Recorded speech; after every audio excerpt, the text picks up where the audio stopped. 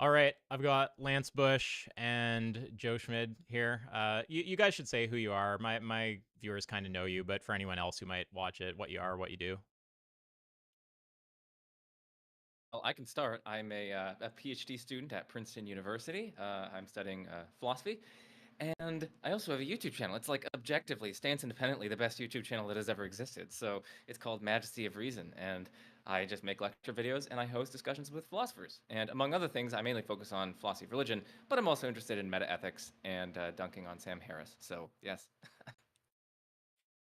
All right, I am Lance Bush. I do philosophy and psychology. Most of my training is in psychology. I have a PhD in psychology and master's in philosophy. I do work at the intersection of the two, primarily looking at measurement and sort of metaphilosophical issues at the intersection of the two, largely dealing with issues in experimental philosophy, which looks at how non-philosophers think about traditionally philosophical questions for the most part. And the big area of specialization that I work in are questions about whether non-philosophers are realists or anti-realists. That's a big thing that I've worked on, but I also work on stuff like free will, consciousness on occasion, and that sort of thing. So yeah, that's what I do. I also have a YouTube channel. It's called Lance Independent, and a blog by the same name. You can check those out. And on those, I don't quite focus on psychology as much. It's a lot more philosophy there. So meta philosophy, meta ethics, lots of meta stuff. So yeah, that's where I'm at. Nice. So the idea here is to review the conversation between Sam Harris and Alex O'Connor, Cosmic Skeptic. I guess he doesn't go by that anymore. On moral realism, I guess. And we tried to achieve some kind of balance here. We're also going to bring Alex. We had a little trouble with that, so the ratio is a little skewed in favor of anti-realists. Sorry, Joe. But we tried to balance things out. We want to have like a sort of realist and anti-realist critique the video together kind of vibe. Yeah, anything you guys want to say at the outset, or you want to just dive in? All right. And yeah, just pause and play whenever you have something to say. Sam Harris, welcome to Within Reason. Yeah, great to be here. Great to finally meet you. Yeah, it's been a long time coming. Yeah. Now, a few years ago, or a number of years ago now, on your now deleted Twitter account, you seemed to profess to be able to prove the existence of objective morality using a kitchen stove. Do you still think that's the case? Do you stand by this thread that now doesn't exist anymore? I have it written down here. I thought that maybe we could sort of go through it, because you've a couple of times now referred back to it and said, hey, I think this still holds up as a way to prove the existence of objective ethics. Yeah, it's been years, or at least a year, since I saw that thread. So I'm not sure I can. Perhaps I can improve on it now in conversation. But yeah, no, I think the argument for objective morality, we can talk about what objective means in that context. I think I'm confident in it. Yeah, I would love to hear your reasons why not. Yeah, well, I found the thread. I had to sort of go into the depths of Reddit to find a copy somewhere that someone had saved. One of the things that I suppose admire about the moral landscape is that a great deal of the new atheist movement has been criticized. And people talk about new atheism in past tense these days. I don't know if you agree with that assessment, but one of the things it's criticized for is that it sort of knocks down this grand structure of religion and fails to erect anything in its place. But the moral landscape was at least an attempt to do that. So that's one thing that I like about it. I suppose, do you agree with that assessment of new atheism? That it's passé, or that it's something of a time gone by? Well, I think it was. I mean, I never felt that it was more than it was, which was mostly just a publishing phenomenon. I mean, the four of us had published books in quick succession, and that is me and Richard Dawkins and Dan Dennett and Christopher Hitchens. And then people began to treat us like a four-headed atheist, as though we agreed about everything, which of course we don't. But we agreed about most things relevant to the debate around reason and faith and science and religion. Modulo a few things, a few positive things I would want to put in place of the sort that you just referenced. I mean, an objective construal of morality and value, right and wrong and good and evil, and also a contemplative life. I mean, I used spirituality in scare quotes in my book, Waking Up, trying to revive that term. I think that was pretty quixotic. I don't tend to use the term spirituality myself anymore, but what I meant to say is that there's there's clearly an understanding of the furthest reaches of human well-being that we can arrive at ultimately, whether we have it in hand now, that is deeper than culture, that's not parochial, that's not, merely a matter of anyone's invention, but it actually speaks to some universal truths about the possibilities of human consciousness and even beyond, conscious machines if we ever build them, etc. So all of that relates. I mean, I think we're going to talk about the moral landscape. All of that relates to questions of value as I construe them, and how a completed science of the mind could ultimately understand them. And the moral landscape is something of an attack on relativism. And the moral landscape is something of an attack on relativism. This idea that seems quite popular among secular ethicists, that there's no way to, I suppose, objectively measure different value judgments against each other. I think it's clear that everybody values something, even if just subjectively. You need to have some kind of motivation to do essentially anything in the world. The interesting question is how we can measure these against each other and determine which one is actually true. And the big selling point of the moral landscape is that this is something we can do with science. So I figured the thread would be a good place to start because it's something of a summary. Sure. But I suppose we can go through and see who caves in. Yeah. So you begin by saying, let's assume that there are no oughts or shoulds in this universe. There is only what is, the totality of actual and possible facts. Second, among the myriad things that exist are conscious minds, susceptible to a vast range of actual and possible experiences.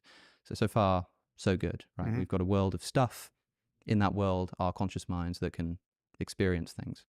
Number 3 is where it starts to get, I think, controversial. You say, unfortunately, many experiences suck.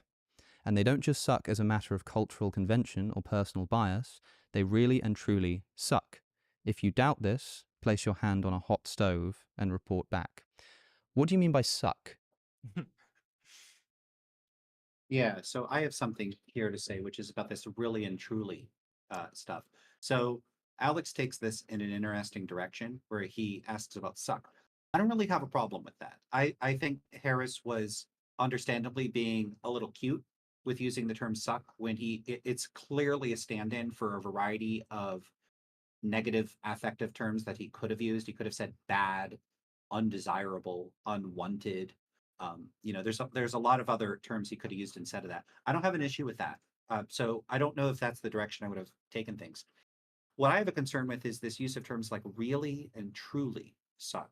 So there's already an insinuation that because he's going to move in the direction of making an argument for some type of moral realism, that if for something to really or truly suck is for it to suck in the way that realists think that things suck, rather than the way that anti-realists do. And you'll note when Alex talked about, when Alex was sort of summarizing Harris's position, he said something like just subjective values. And there, when you say that, well, it's just a subjective value, that carries an implication that there's something lesser or worse about subjective values as opposed to what objective values or whatever the presumptive contrast would be. And so you see subtle hints at this perspective that there's something less than or not real or not true about the values that are held from an anti-realist perspective, like a subjective perspective. And that is something that I think that anti-realists should pause before you even get to the point and resist that. And the comparison I frequently make is to food preferences. So I have certain food preferences. Other people have different food preferences from me.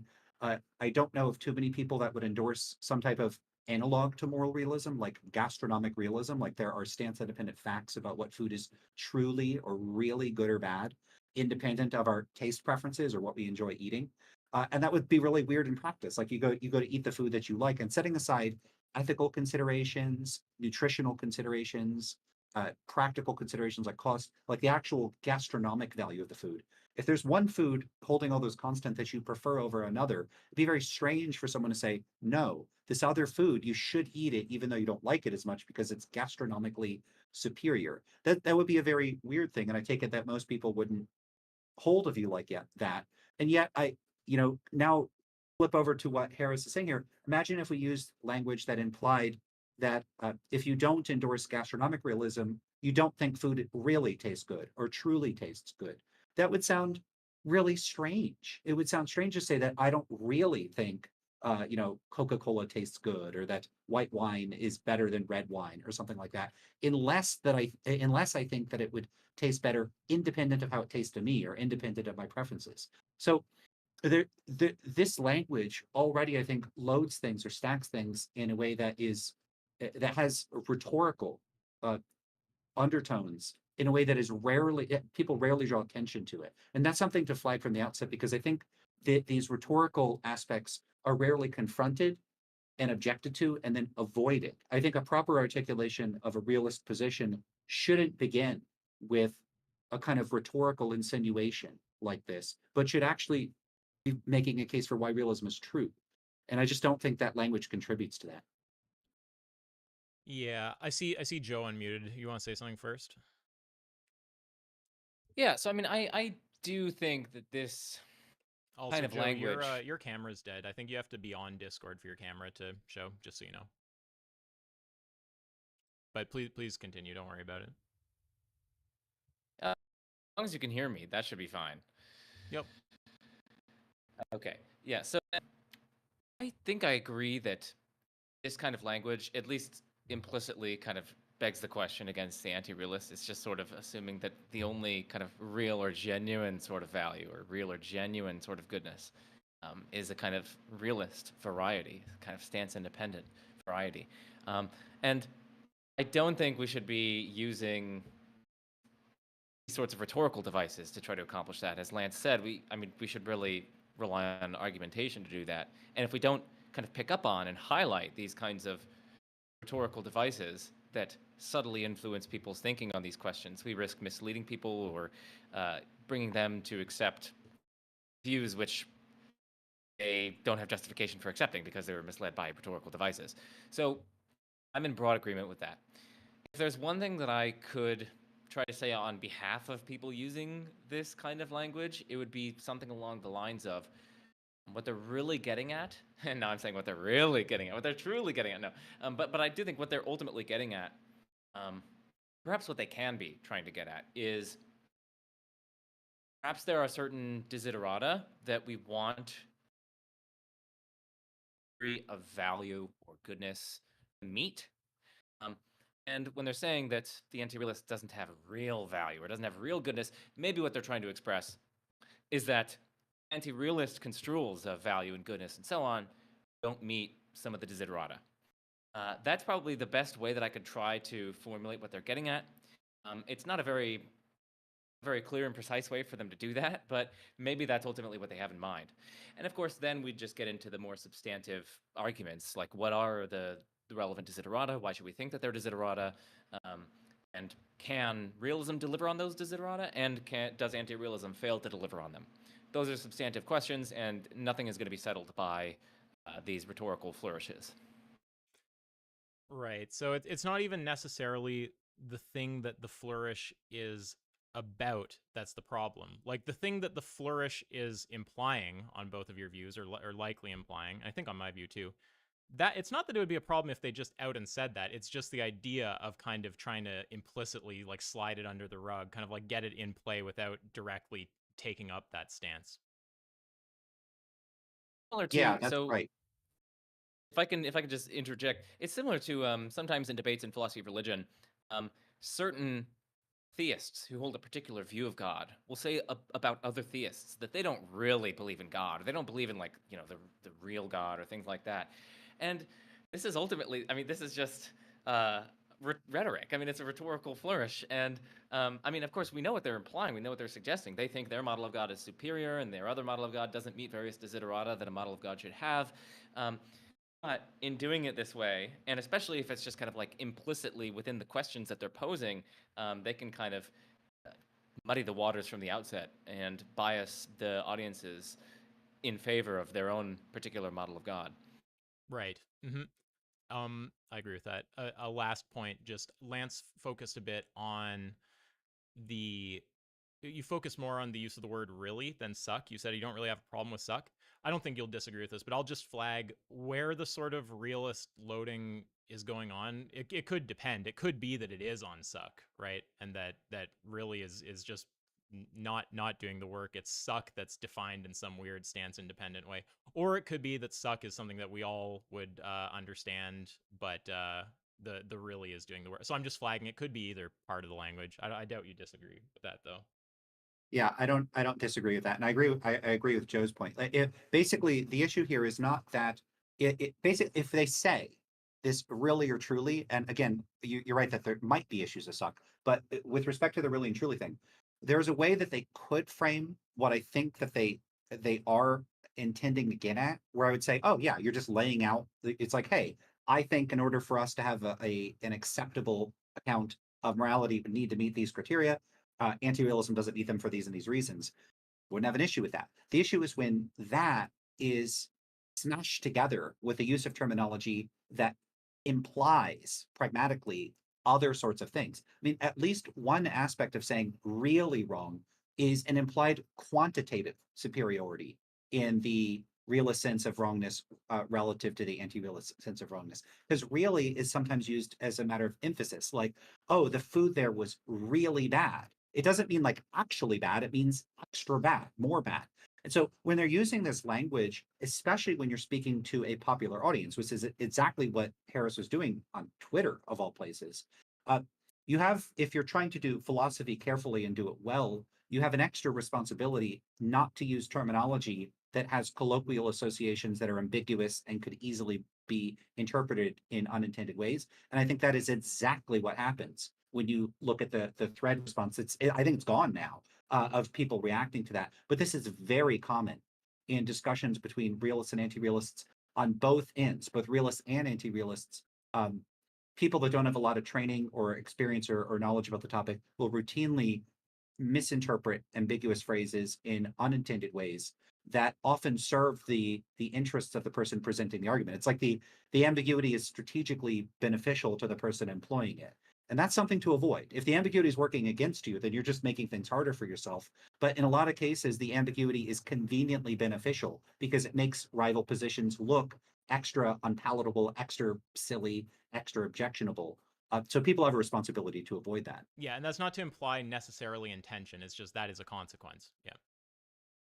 Right. Well, so this is a kind of a funny way of hand waving toward my argument that I refer to in the book and elsewhere as the worst possible misery for everyone. Right. I think you have to grant, the only thing you have to grant really for my argument for objective moral truths to get off the ground is that the a universe in which every conscious being suffered as much as it possibly could for as long as it could, that universe would be bad. That would be worse than other states of possible universe. Worse by any measure of worse that makes sense. And the moment you move away from the worst possible misery for everyone, things get better, however incrementally. And So wait, can you hear me? Yep. Yeah. Sweet. So now I'm back. Hopefully my Yeah, we picture see is you. back. You need to be able to see my lovely face, of course. It has to be plastered everywhere now. So, saying all that he needs is this first order normative claim that the suffering world is bad, or and increasing the pleasure and decreasing some of the suffering is better, and things like that. That's decidedly not all that he needs to get realism. You also need at least how realism is understood in the contemporary philosophical literature, and how they themselves have been passing this discussion as objective morality and so on. You don't just need the first order normative claim that it's bad. You also need that it stands independently bad, that is bad not in virtue of our preferences or our desires or our other evaluative dispositions. And at least as far as I can tell, Harris himself has nowhere justified that stance independent claim. Other people have tried to give justifications for it, but I don't think Harris has, or at least he hasn't adequately done it. Maybe we'll see him later on in this discussion try to justify it, and we'll evaluate that. But it's not going to be enough to take these first order normative claims on board get an argument for realism up and running. That's how it's going to be able to work. Yeah, there's another issue too, which is that if Harris, even with respect to, so I agree with the point about like making a normative claim isn't going to get you to the meta-ethical claim. The other issue is that even if you were trying to make a normative claim, as far as I understand, his normative position is a somewhat reductive, kind of consequentialist one, where normatively speaking, morality is about well-being and suffering. But demonstrating, even if you could get everybody to agree on normative grounds that everybody suffering the maximum amount possible forever would be bad. In other words, they agree with one normative standard: suffering is bad, and more well-being or less suffering would be good. That doesn't show that that's the only thing that normatively matters. So you could say, yeah, I agree, suffering is bad, well-being is good, and I believe in these deontological moral principles that interact with or override certain considerations of maximizing. That doesn't tell you anything about distribution of goods and resources. So what if you're an average utilitarian or a negative utilitarian? There's all sorts of different types of utilitarian you might be. So normatively speaking, his account, if he thinks this is all you need for whatever his specific normative moral theory is, it is very, very far from even establishing that. So it both fails on meta-ethical grounds and on normative grounds to establish much of anything other than that there's probably some sense in which most of the people he's pitching this to would agree that lots and lots of suffering, all else being equal, is not good, and that it would be better if there were less suffering. But that doesn't even indicate the sense in which it's good or bad, and it certainly doesn't indicate that the only thing that morally speaking is good or bad is happiness and suffering. So I don't think this succeeds at much of anything. And I mean, one other thing that I wanted to bring up here is that often I've seen his overarching project in the moral landscape as able to determine morality, and we can solve ethical questions empirically, but that's not really what's going on. Instead, the oh man, I might be breaking. Is he breaking up for you too, Lance? I think I'm back. Yeah, just a bit. Okay, I should be back though. You're back now.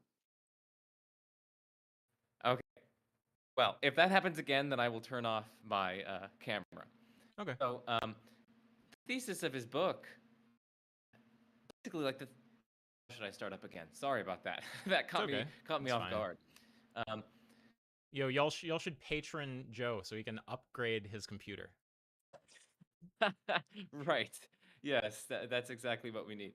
So yeah, I mean, he's trying to push as one according to which science can solve these ethical questions. But that's really not what's going on. What's really going on is that if we spot him, a particular kind of normative theory, namely hedonistic utilitarianism, according to which an action is right if and only if it maximizes the amount of pleasure over pain for sentient creatures. If we spot him that kind of hedonistic utilitarianism, well, then, yeah, in principle, all empirical questions can be solved, all ethical questions can be solved empirically, given that principle. That's not like science determining morality, as we were apparently promised. Instead, hedonistic utilitarianism, that's an obviously philosophical thesis, and it's one with many like standard objections and counterexamples in the literature. So yes, if we spot him this obviously philosophical thesis, well then science, together with the controversial philosophical thesis, can answer all ethical questions. But that's very different from science alone answering all the ethical questions. And it's about as interesting a thesis as the claim that if you spot me the view that how many moles of oxygen is in a test tube determines what's right and wrong, well, then yeah, science answers moral questions. Like, sure, but like only in conjunction with an obviously philosophical thesis, and one which faces very serious philosophical challenges. So, yeah, anyway, I also just have overarching problems with his project, but... That was all well said. I don't have anything to add, but I agree. Also agree. And better by any construal of that word that makes sense. And if you're not going to grant that the worst possible misery for everyone, I mean, it's worth lingering on what those words mean. I mean, it's the worst. It's not. It's absolute. There's nothing possible that's worse than this, as far as the character of conscious experience. and it's for everyone, right? So there's no, this is not, there's no story you can tell yourself about how we all get redeemed after this, or we learn a lot of good things that we can only learn this way. There's no silver lining. So this is a perfect hell, insofar as that's possible. If you're not going to grant that that's bad, then I don't know what you could conceivably mean by the word bad. I mean, there's no application of that term that makes any sense to me. I do find that genuinely confusing. Like, has he just never heard someone say something like a lot of anti-realists say, like, what I mean by bad is just that which I have a preference against? I mean, he could say that he doesn't like that definition or try to raise some kind of issue, but understanding what's meant doesn't seem like a plausible issue there for like anybody. Yeah, I don't know, but at least one issue here would be that there would be a potential conflation or lack of unpacking what his interlocutor would mean if they said, because let's say you're a subjectivist and he asks you, hey, do you think the worst possible suffering would be bad? They very likely would say, yeah, I think that that's bad. So relative to my standards, it's bad. So if I said that's bad, what I would mean is something like I disapprove of it, or it is inconsistent with my preferences. But it would simultaneously be possible for there to be some, I don't know, masochistic evil being that it really just, or well, say sadistic evil being that really loved the idea of everybody suffering and that it thought that that would be good. And if you asked it what it meant, it would say, I prefer that everyone suffer the worst possible amount of suffering, like the greatest amount of suffering possible. And that wouldn't be unintelligible or meaningless. All it would mean is that there's a particular kind of relation, like when someone makes the normative moral claim, X is good, X is bad, what they mean to say is something about their own preferences, some sort of psychological fact, or some attitude of approval or disapproval. And insofar as those statements are true, they're sort of trivially true. So in other words, like if someone says everyone suffering all the time is good, if what they mean by that is I approve of everyone suffering all the time, if they in fact approve of everyone suffering all the time, the statement is trivially true.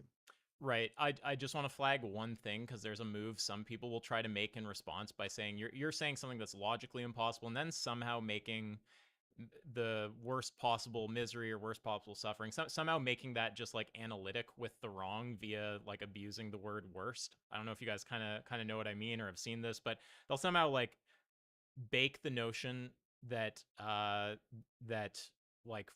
for any agent, this is the thing that they have the strongest preference against into the word worst. And then it doesn't make sense. It's going to get a contradiction if you say anyone would prefer something over that. But if by worst suffering, if you don't bake the like preferences of the agent against the thing into the word worst, then you could just think about worst suffering in terms of like the strongest degree of these kind of brain states or something. And if that's what you're or mental states, right? And if you're talking about something like that, then clearly someone could just have a preference for the worst suffering. Yeah. Do we both try to pause? So if we're going, and whether or not you want to judge it as good or bad, whether you want to even entertain those thoughts, if you found yourself in that state, given given what it is to have a mind, and given what it is to have a conscious experience of anything, you will be disposed to move away from the truly intolerable and pointless misery that you've been granted towards anything else that's better, and everything else will be better, right? So it'll be the analogous to taking your hand off a hot stove. So the simplest way to, for a human being to, in their kitchen, to immediately get to the extremity of this is just, put your hand on a hot stove, or just imagine doing so and realize how untenable all of your hair splitting will seem. There's no place to stand with your hand on a hot stove as a human being and say, well, maybe this isn't bad, or maybe I have a preference for this, or maybe this is this is just subjective. Maybe this is just my own personal bias, which suggests that this. I have a hard time thinking he's not doing something like going, if everyone has this preference, then it's objective, or it's a moral fact in the realist sense. It seems like that's the kind of thing that he's thinking there. And I mean, obviously universal doesn't entail objective or stance independent or anything like that. Bad, right? I liked the way you used the phrase personal bias in the tweet. You said this isn't just a matter of cultural convention. Oh, sorry. Can we take that back? I think Joe had something to say. Yeah, you can just use you don't have to ask. You can just use the arrow. Yeah. Okay, so it wasn't even clear to me what this argument is. I mean, you could take it maybe two different ways. One way was the one that you suggested, where some sort of weird inference from universal preference to being independent of preferences. I mean, that clearly doesn't follow. I mean, maybe we all prefer sugary drinks over mud. Are we committed to like stance independent truths about which drinks are better than others? That seems implausible. And of course, it just doesn't. It's just strictly speaking doesn't follow. So that's one way you could try to take it.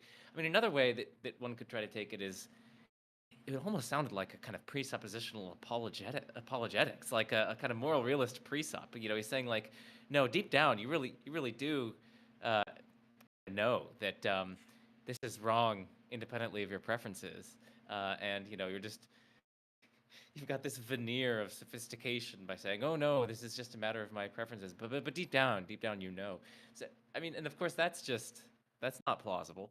So I don't know what he's getting at here. I mean, the only other potential interpretation is just when you go and put your hand on the hot stove and you feel the pain and you reflect on the kind of felt character of that pain in your mind, just seems like it's bad, and it would be bad regardless of what anyone prefers or thinks about it.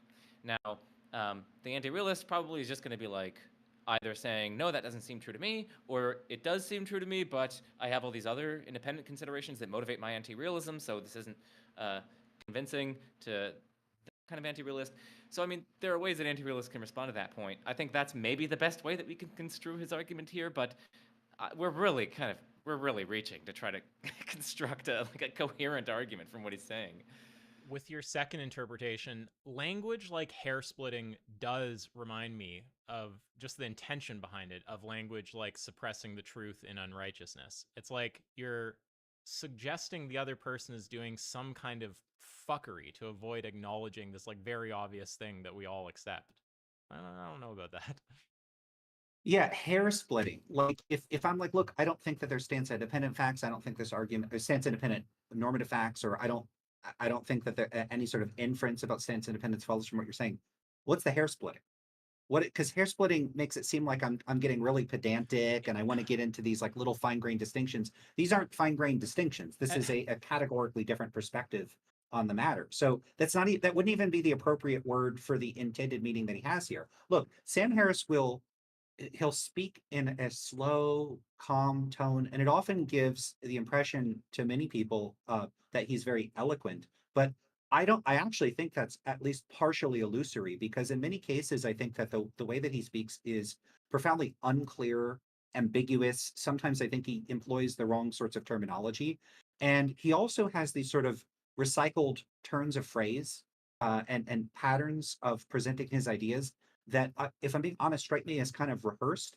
And they may be rehearsed and recycled because of their rhetorical impact. Like, I'm not saying he's doing this intentionally, but it does seem like he employs certain turns of phrase and certain kinds of language, maybe because it's received a positive reaction or something in the past. But he does make these, like one example are these kinds of moves like, if you don't agree with this, then I don't even know what you could mean, or I don't even know what you could think. That's a strange way of setting up and like the dialectic with respect to your opposition. It's making it seem like if they don't grant that particular thing, that there's something ludicrous or outrageous about their position, or they might very well grant it, but for different reasons than you, or they might disagree and have a completely reasonable response. I don't know why he does this, why there's so much. What strikes me is rhetoric and framing.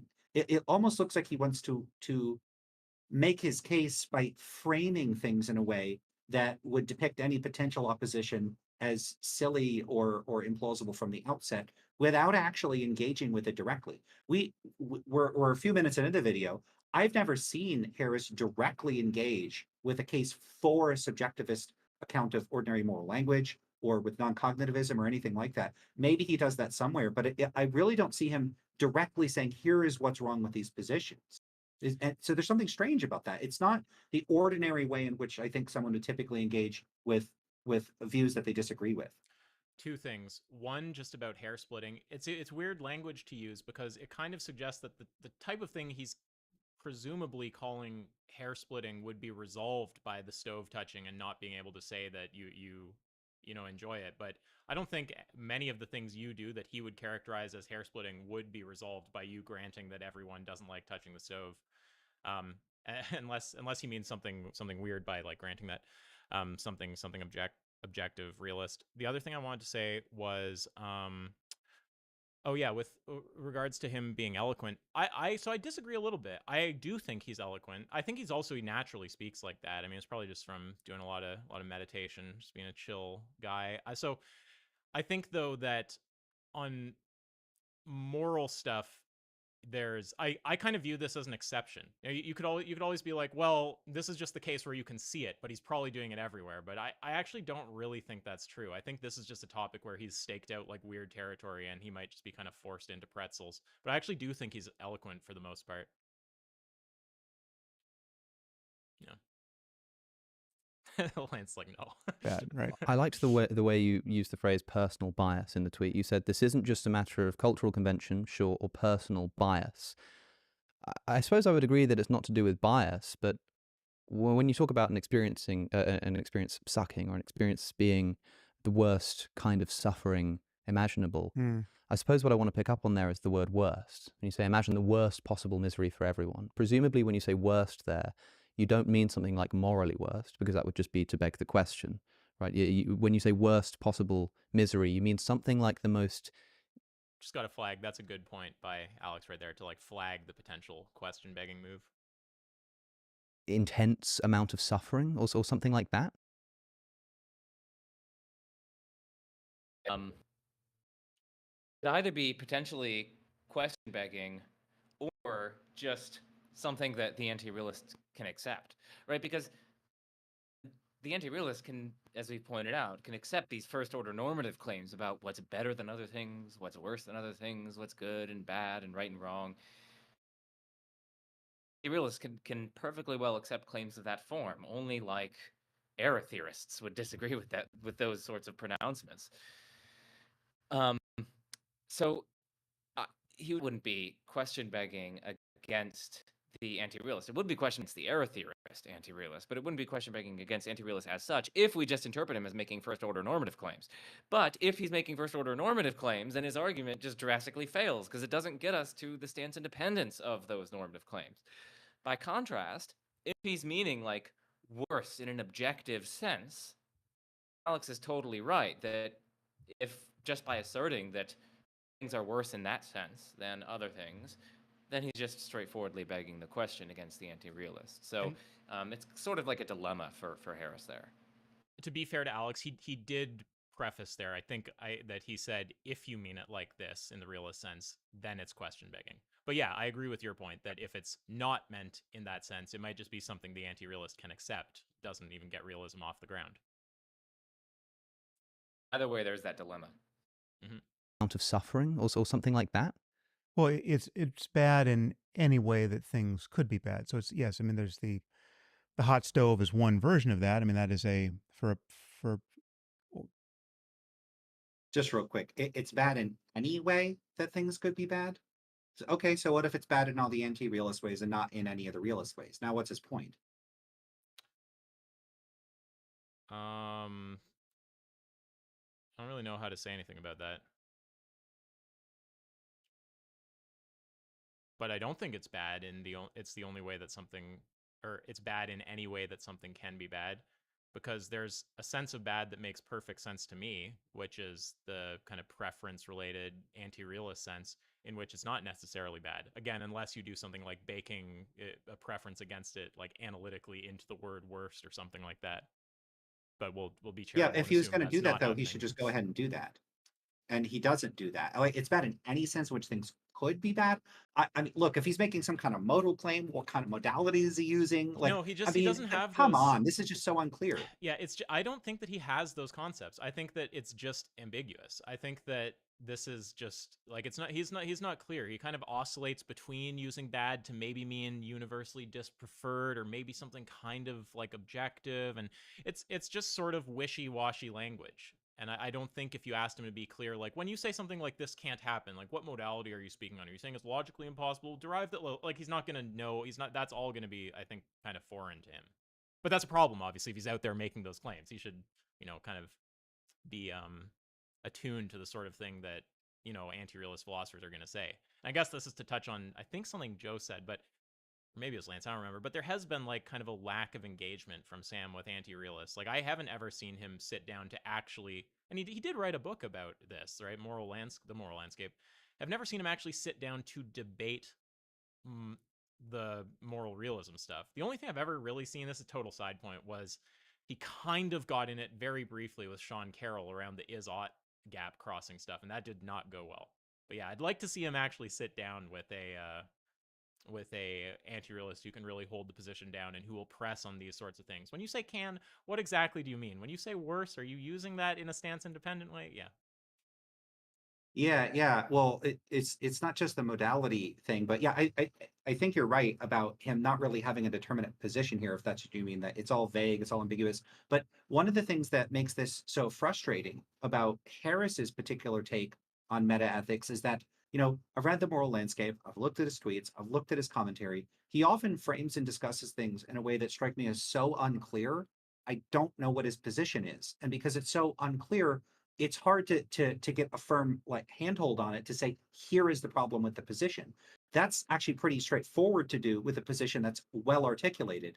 And there's a certain sense in which his position, I think, has been shielded from critics and from him recognizing problems with the position because he's so unclear about it. It actually makes it a more difficult target. It's like you're trying to hit a target through the fog of all the ambiguous and poorly articulated things that he's saying. So I understand you're taking him to be eloquent outside the context of meta ethics, but at least on this topic, he's just I not. agree on this There's topic. too Yeah, much no, of course not. underdevelopment and ambiguity. Yeah, absolutely.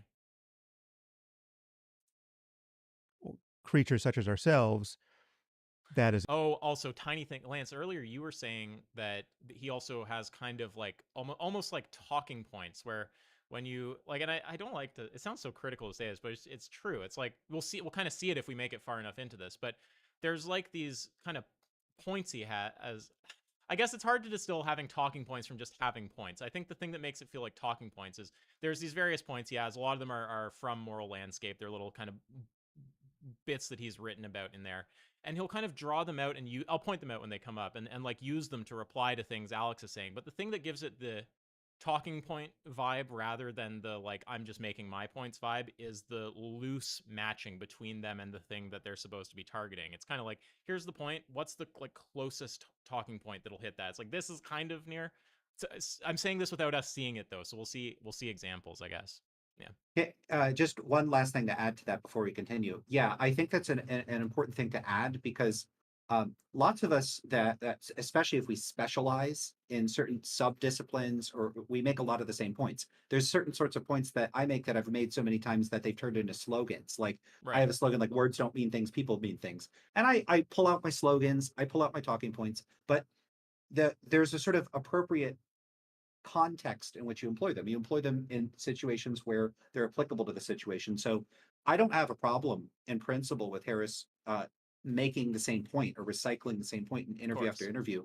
I might have not been sympathetic to that if I weren't on YouTube or I didn't have 5,000 discussions with people about the same topic. When you get to the 1,000th discussion, it's really easy to and makes sense to recycle the same point. So I'm not trying to fault him for having sort of like canned lines and phrases. And to the extent that I gave that impression, that's a fault on my part. And I think I did give that impression. So yeah, my bad on that. I think don't actually think you did. I knew exactly what you're talking about because there's these little we'll see them when they come up. But yeah, I mean, I agree with all of that. And I also am not criticizing his intention. Like I'm not sure that any of this is coming from dishonesty or actually trying to shield his position from criticism. I mean, that's possible, but it could also be something like just never really engaging with the other side for whatever reason. Like, I don't know. I'm just not going to attribute intention, but that's not to say that you were either. It's just, it can seem that way when we're saying his position is shielded, blah, blah, blah. It's like, well, we could just be talking about a thing that kind of ends up happening. It might not be that he's intentionally doing that. Yeah, sorry, I said one more thing, but you said a thing, and then I need to say something about that too. So I am not attributing intention here at all. I'm actually very, very sensitive to and opposed to people being quick to attribute intentions to people. This is something that happens to me quite often, and it's something that happens very often in online internet debates.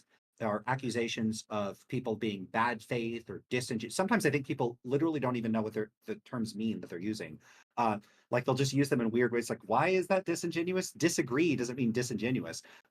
But people will say this a lot, especially about public intellectuals, that they have bad intentions, or they'll notice somebody is very successful and is making money off selling books, and they'll say, that's the reason why they're doing it. And it reminds me of bad arguments for some type of egoism, where people will say, well, if I can come up with a reason why you did that out of self-interest, that must have been the real reason you did it. It's all about self-interest.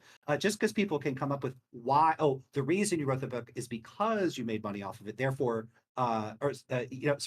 you made a bunch of money off selling the book. Therefore, the reason you wrote the book is so you could make the money. People make these accusations of public intellectuals all the time. I'm very reluctant to do that. So if I'm talking in a way that could be interpreted as implying intent, I'll just flag now. I'm not doing that. If I think someone intends to do something, I'll say, I think this is intentional.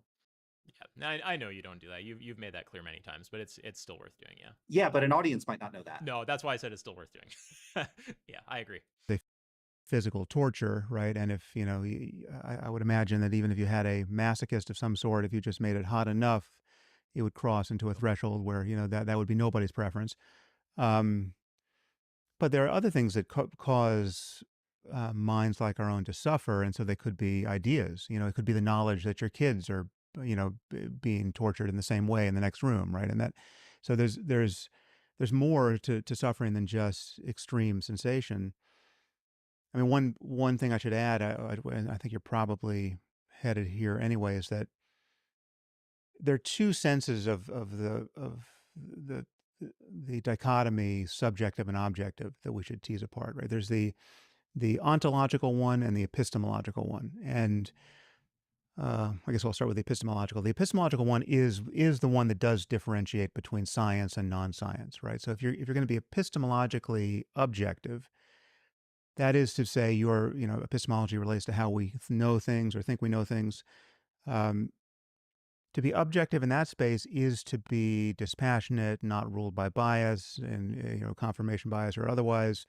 To be to use all of the techniques that we learn in science and reasoning generally, to not fool yourself, or not be fooled by others, right? So that your beliefs can more reliably track truth. So without personal bias, or from my saying that this claim is not merely a matter of personal bias, is to say that it's not epistemologically merely subjective, right? I'm sorry to pause so many times. Are either of you familiar with where he's getting this terminology from? This epistemic objectivity and ontological objectivity, subjectivity. Like there's like two categories of objectivity, subjectivity. Yeah, he's getting this from Searle, and I'm a bit concerned about whether he's even characterizing epistemic objectivity and subjectivity accurately here, because I have the passage open right here from The Construction of Social Reality, where Searle characterizes the position. And he says this here, I'll just read it. We often speak of judgments being subjective when we mean that their truth or falsity cannot be settled objectively, because their truth or falsity is not a simple matter of fact, but depends on certain attitudes, feelings, and points of view of the makers and hearers of the judgment. So the way that Searle is framing it is, it looks in a certain sense like he's talking maybe about some type of stance dependence about the claims, but stance dependence is not the same thing as being biased in the sense that term is ordinarily used, or that Harris seems to be using here. When a person is biased, that is often implying some sort of it carries a negative connotation, that a person is subject to considerations that, normatively speaking, ought not be influencing their judgment in in the domain in question. But if on subjective grounds, I have a preference for certain kinds of art over others, and in fact, I'll just give the example that Searle goes on to give. So he goes on to say, an example of such a judgment might be Rembrandt is a better artist than Rubens. In this sense of subjective, we contrast such subjective judgments with objective judgments, such as the judgment Rembrandt lived in Amsterdam during the year 1632. Nothing about Searle's characterization is in any way suggesting that judgments about whether a person likes a certain type of art is a product of some sort of bias or error in reasoning or anything like that. It just means that the extent to which a statement like Rembrandt is a good artist is made true, it's made true by considerations that are distinctive to or constituted by the attitudes or preferences or values of the person making the claim, or maybe it could be in a cultural context or something like that. To be clear, sorry, he's drawing on distinctions. I'm not even sure he's accurately representing them. I just want to make sure I'm following you. The segment you read is Searle talking about epistemic objectivity, right? Yes. Okay, yeah. That is weird. It does sound like he's just talking kind of about stance dependence. Yeah, it does sound like that, and yet what Harris is talking about is something else. And no, Harris I think is talking about like following standard epistemic practices or something. Right, and standard epistemic practices would be things like, if I'm trying to judge a case, right, and one of the victim of the case is a family member. If I were like a literal judge, like in a legal context, it would make sense to recuse myself from presiding over the case because I wouldn't be able to think with a clear mind. I would be biased against the defendant, the person that's being accused of the crime. It sounds like he's talking about things like that, and that does not seem to be what Searle is talking about. So Harris makes much ado about this distinction, and it's not clear that he understands it. If you look in the moral landscape, he also seems to frame it in a way that seems to me to misconstrue Searle's distinction. I think Joe might have something to say, but I'll just make a tiny point, which is that regardless, so there's a point about whether he's interpreting Searle correctly, but then there's also a point. See, this is why I wish Alex were here, because this is the same thing that he did with Jay Dyer about interpretations of Aristotle. But there's the first question, which is that the right interpretation? But then there's the second, which is like, even on his own terms, does this like get realism off the ground or allow him to establish whatever point exactly he's trying to make? Because it's not like his distinction isn't clear to me. Like, is his distinction in his mind just following standard epistemic practices versus like what we mean by stance dependent, stance independent? Because I could follow that. Just might not be accurate representation of what Searle meant. This is liable to cause immense confusion, and that's not good. Yeah.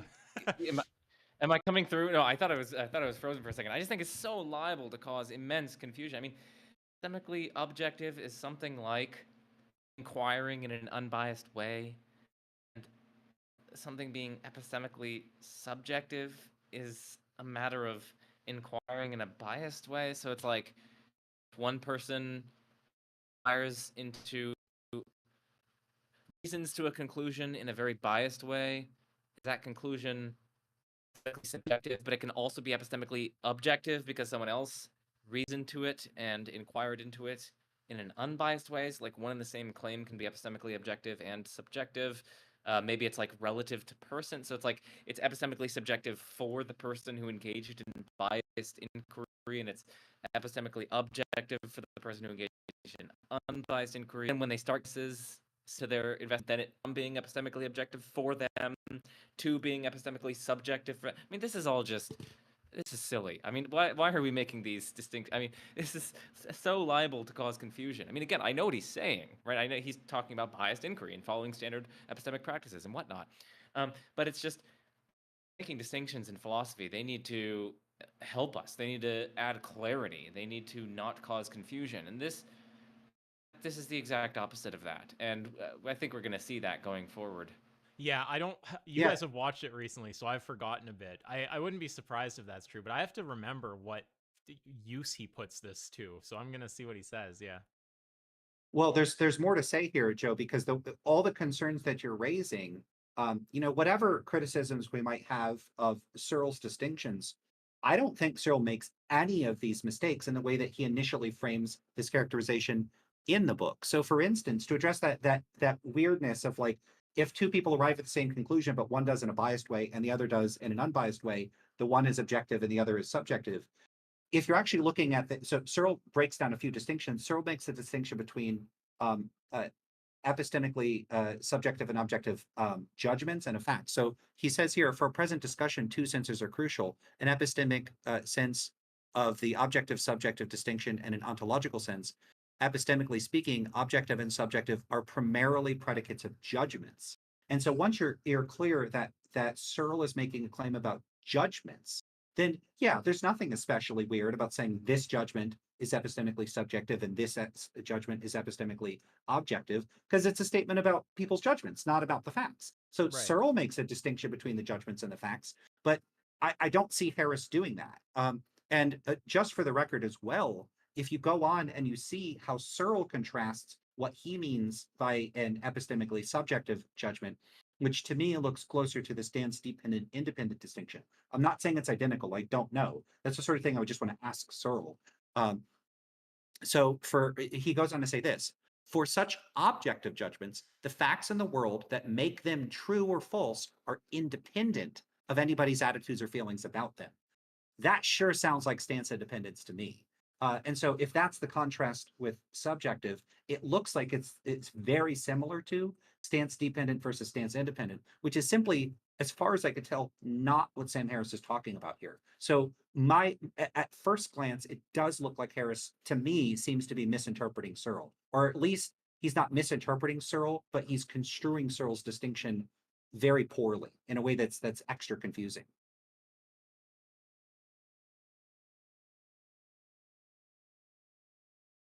Yeah, who's going to resume the playback? Okay. Right. And yeah, the ontological split between subjective and objective is not doesn't cut across the science non-science divide. My argument is that we can be scientific, rigorous, honest, that is epistemologically objective, with respect to subjective facts. Some facts are subjective and some are objective, right? So it's an objective truth about me that my neurotransmitters are in whatever state. It's a subjective truth about me that my experience has a certain. I'm so sorry to pause again. Yeah, his sense of ontological objectivity and subjectivity is a distinction that Searle makes. And then he's talking about these objective truths and subjective truths. This language comes from a book that, as far as I could tell, is not a book on meta-ethics. And those terms have distinct relative, like they vary in their use to a certain extent within contemporary analytic meta-ethics. But this is not the distinction that I've ever seen anybody make in the entire, I've never seen anyone make these distinctions in meta-ethics. So he's borrowing technical terminology from outside the field of meta-ethics and then employing it in a meta-ethical context in a way that I just find extraordinarily confusing. If someone were to start Googling this terminology, unless they knew it came specifically from Searle, they're just not going to, they're going to be like, what does he mean by objective and subjective? This is to the point that I had a catastrophic misunderstanding of Harris because I was assuming he was using these terms like someone that was talking about meta-ethics. And it turned out he was pulling them from a book from 30 years ago that I've never heard anybody ever cite or use ever in meta-ethics. It's never come up in discussions. I've never seen it in a paper. So he's pulling on terminology that is, at least within a particular subculture or within a particular subdiscipline, is extraordinarily idiosyncratic and obscure and strange, and that's not good. And the thing is, it's not just idiosyncratic or obscure, but I mean, again, that's a good point, but my main worry is just that it's so apt to cause confusion, and it does cause confusion. It's like, are claims the things which are epistemically objective or subjective? Is it judgment? Is it inquiry? Can it be more than one of these? Is it relative to the person? How does this Stop anyway, hair splitting? Again, we're gonna see. We're gonna see how this leads to some confusion, I think. But yeah, we can continue. Of character. Mhm. And I think many people imagine, and even many scientists imagine, that we can't, it's very difficult to make objective claims about subjective experience. But that's just clearly not true. I mean, we can make an endless number of clearly objective claims about subjective experience, even the subjective experience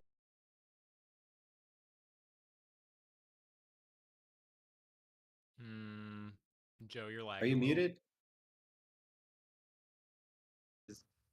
Let's try again. I think you're fine. Back. Yeah, you're good. Okay. Okay.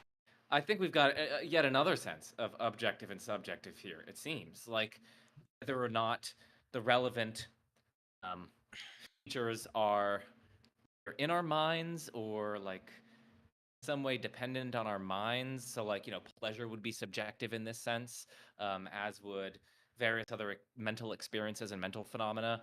Whereas objective would in some way be like independent or not properties of the mind.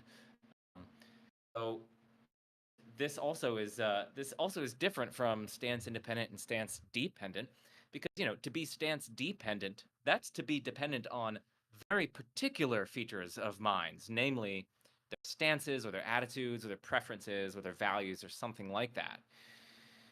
By contrast, that's different from being mind dependent, because something can be mind dependent without depending on those specific features of something's mind.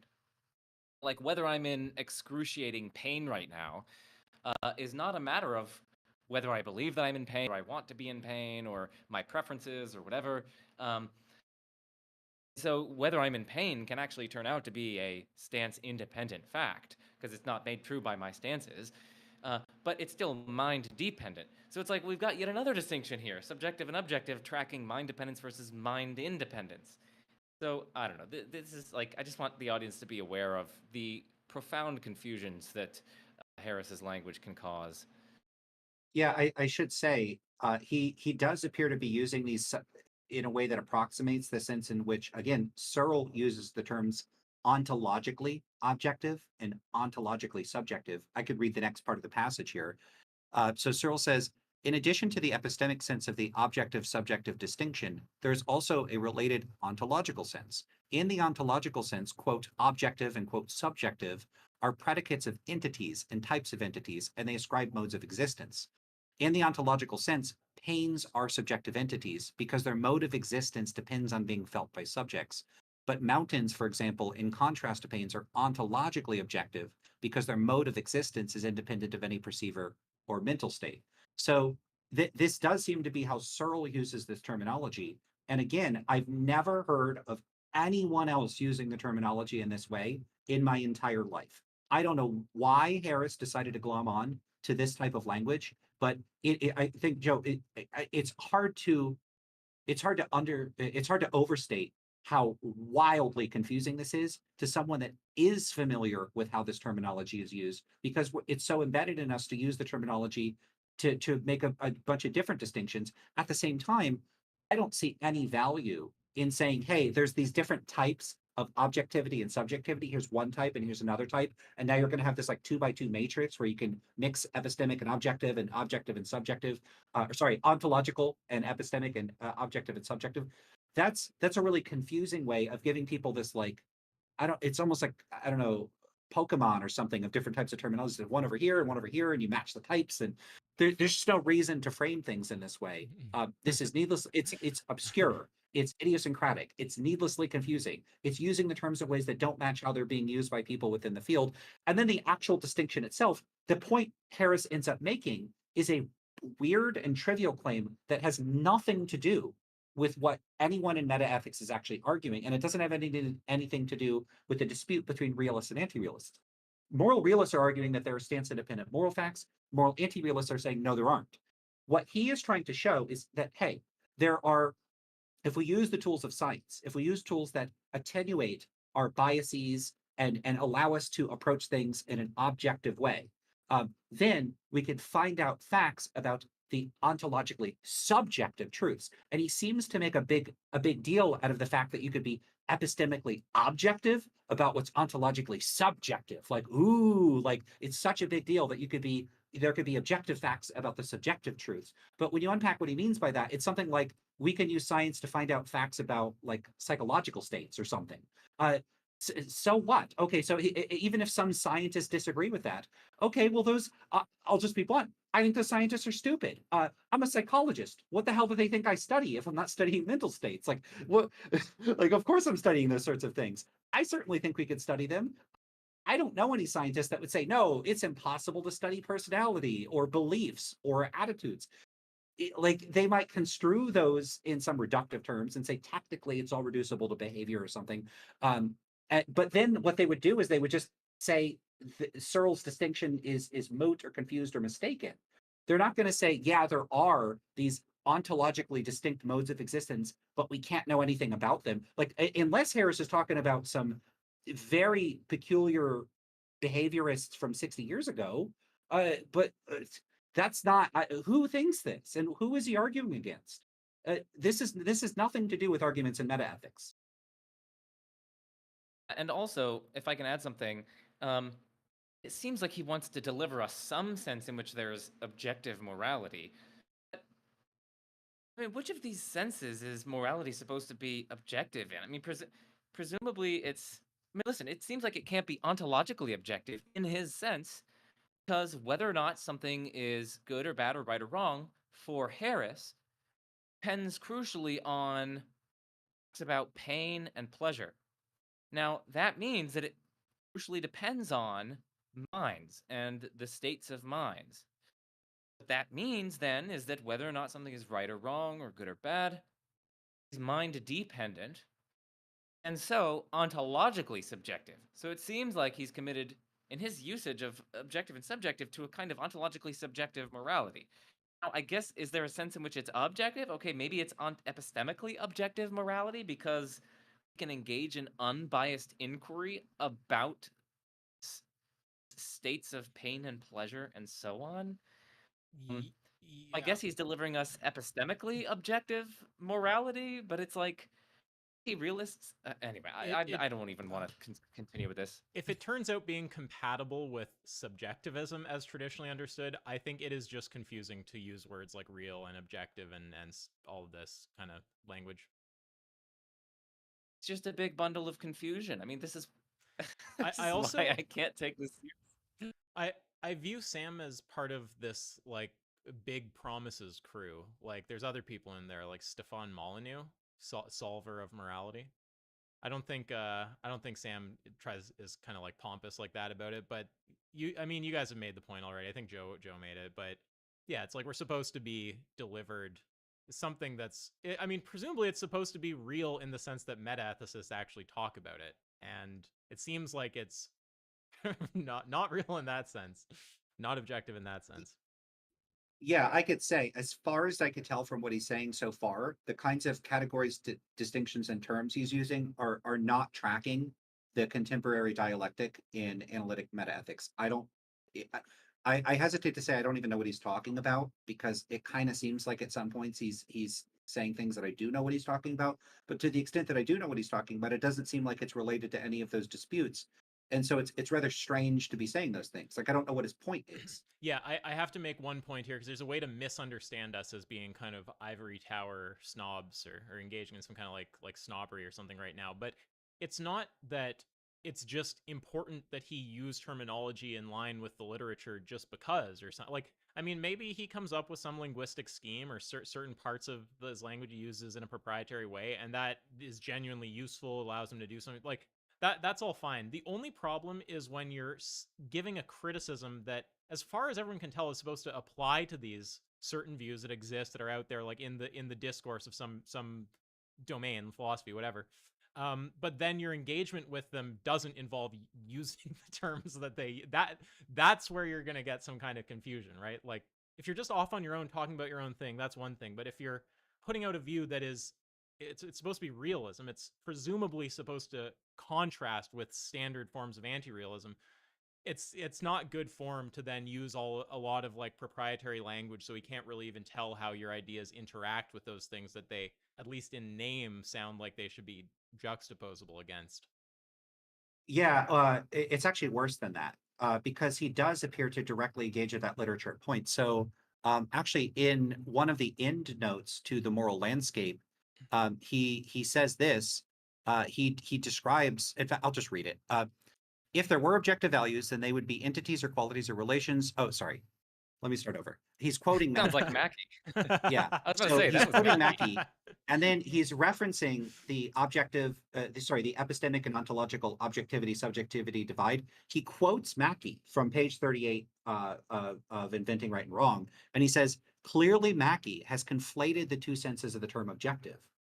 So he does, at least in that endnote, take himself to be engaging directly with contemporary analytic metaethics, and in fact engaging with one of the sort of cornerstones or foundational works, which is Mackey's original articulation of error theory. The problem is, as far as I could tell from reading this, Mackey's not drawing any attention to that distinction at all. He's not talking about that. And so it looks like Harris does, in fact, explicitly appear to be taking himself to be engaged with that dialectic. So it's not even just implied, it's explicit.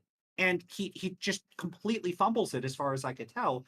And I know that proponents of his views have taken him to have just smashed Mackey on this point. I mean, notice what he says. He doesn't even say it looks like Mackey might have mixed things up here. He says clearly Mackey has conflated the two senses of the term objective. Where did Mackey do that in the passage? I mean, I could read the passage. So here's what Mackey says.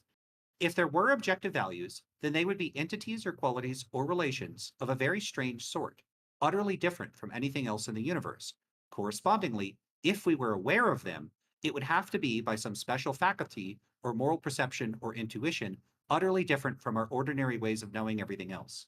So this is part of Mackey's argument, where he basically is saying, hey, these non-natural moral facts, because error theory as Mackey's articulating it here, is designed to be an error theory about non-naturalist moral realism in particular. He's saying if there were moral facts of that kind, their metaphysical status would be of such a kind that the typical epistemic access we have to other sorts of facts, like facts about cups and the properties of a cup, those wouldn't be available for knowing about the properties of the moral facts in question. So note here that Mackey is targeting a non-naturalist form of realism. As far as I understand Sam Harris is making an argument for a naturalist form of moral realism. So what is going on here?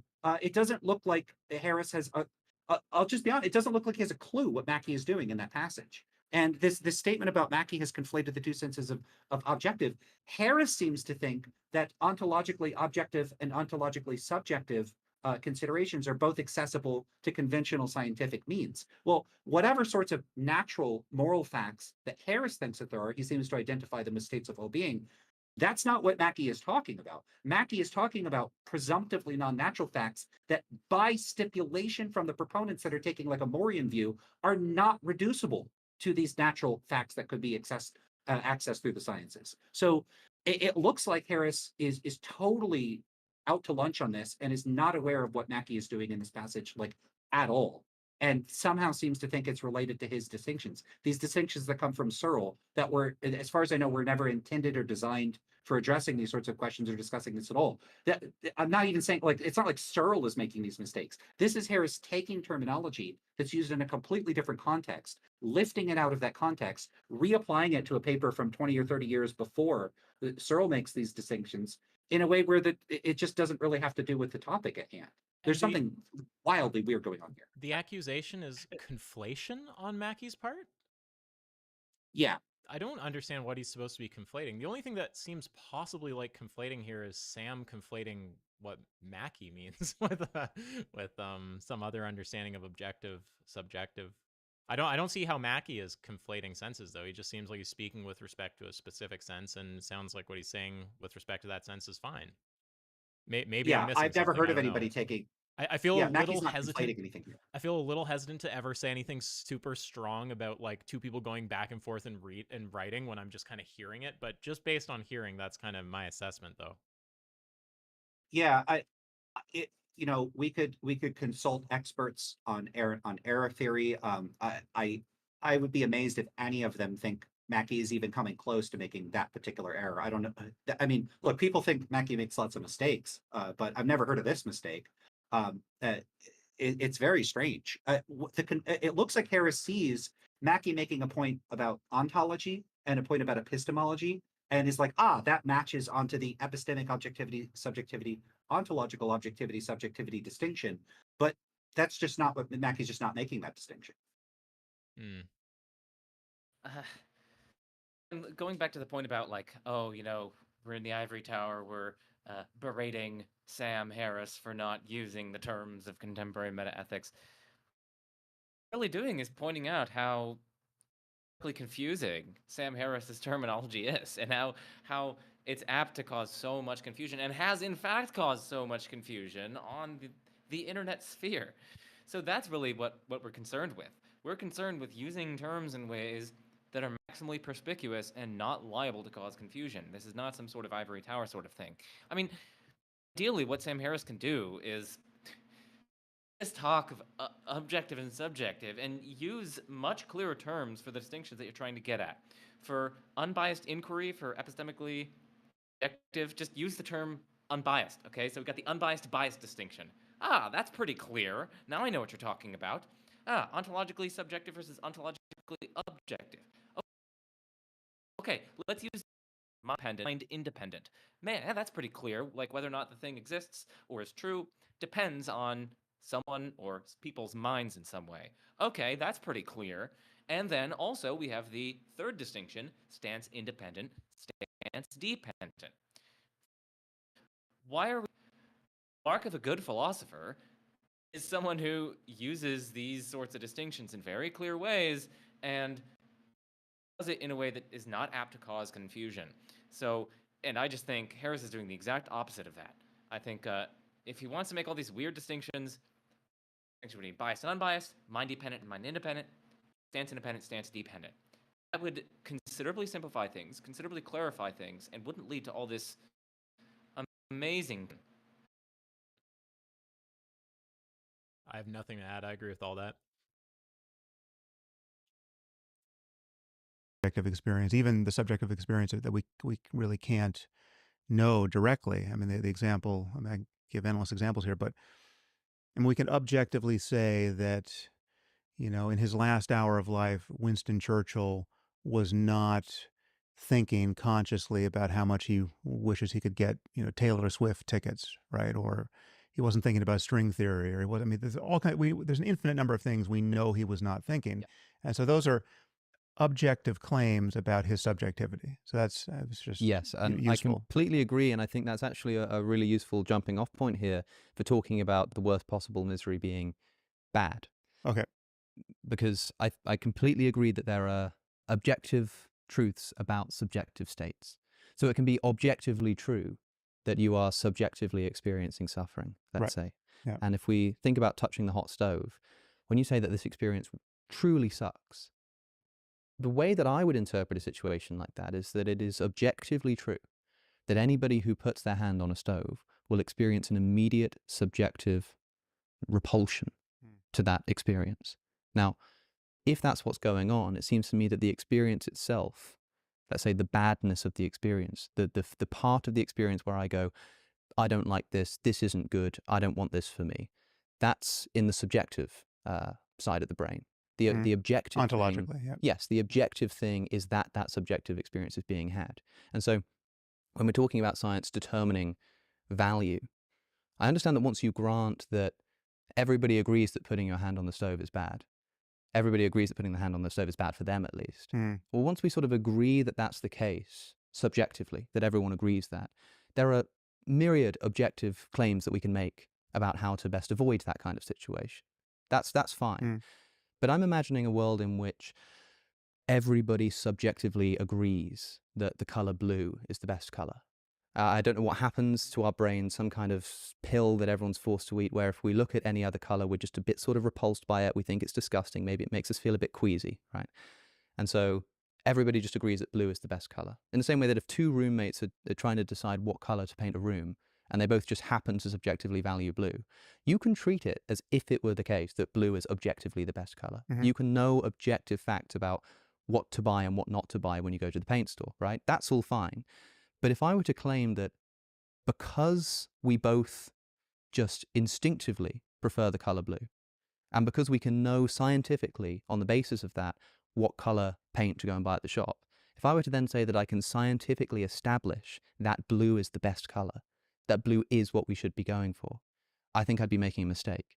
Well, so I think if you push the analogy further, I probably don't have a problem with it. So I would acknowledge that there's a boundary, that the boundary between what we might call aesthetics and what we're always tempted to call morality or ethics when things become more important.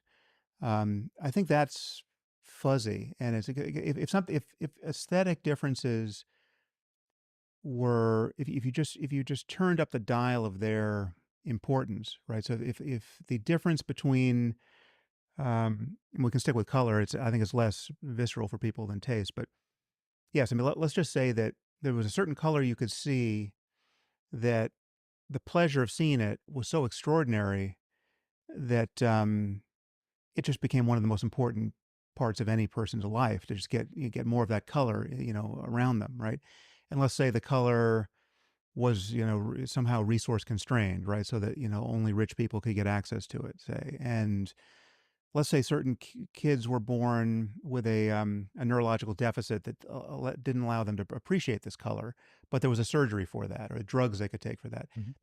The moment you dial up the happiness factor with respect to seeing this color, the more it edges into moral and ethical terrain. Whereas, if you deprive someone of this color, well, then you really this is a kind of crime against them, right? And we'd want to send you to prison, right? So, I mean, it sounds very far fetched, but this is analogous to, like, you can imagine a color so rewarding that it would be the obverse of essentially putting your hand on a hot stove. Suffering. It would just you know? become pleasure. Yeah. In that case, I think that we stop talking in analogy, and we're no longer talking about color as an analogy for pleasure. We're just talking about color as balanced on top of pleasure. We sort of just push the analogy until we're just talking about pleasure again. Mhm. We'll get back to Sam Harris in just a moment, but first, when we are to get easily to support my channel, and to William Lane Craig, who put it this way: the minimum standard of moral goodness is to avoid the worst possible misery for everyone. If we should do anything in this universe, if we ought do anything, if we have a moral everyone, if we should do anything in this universe, if we ought do anything, if we have a moral duty to do anything, it's to avoid the worst possible misery for everyone. And of course, this seems intuitively true.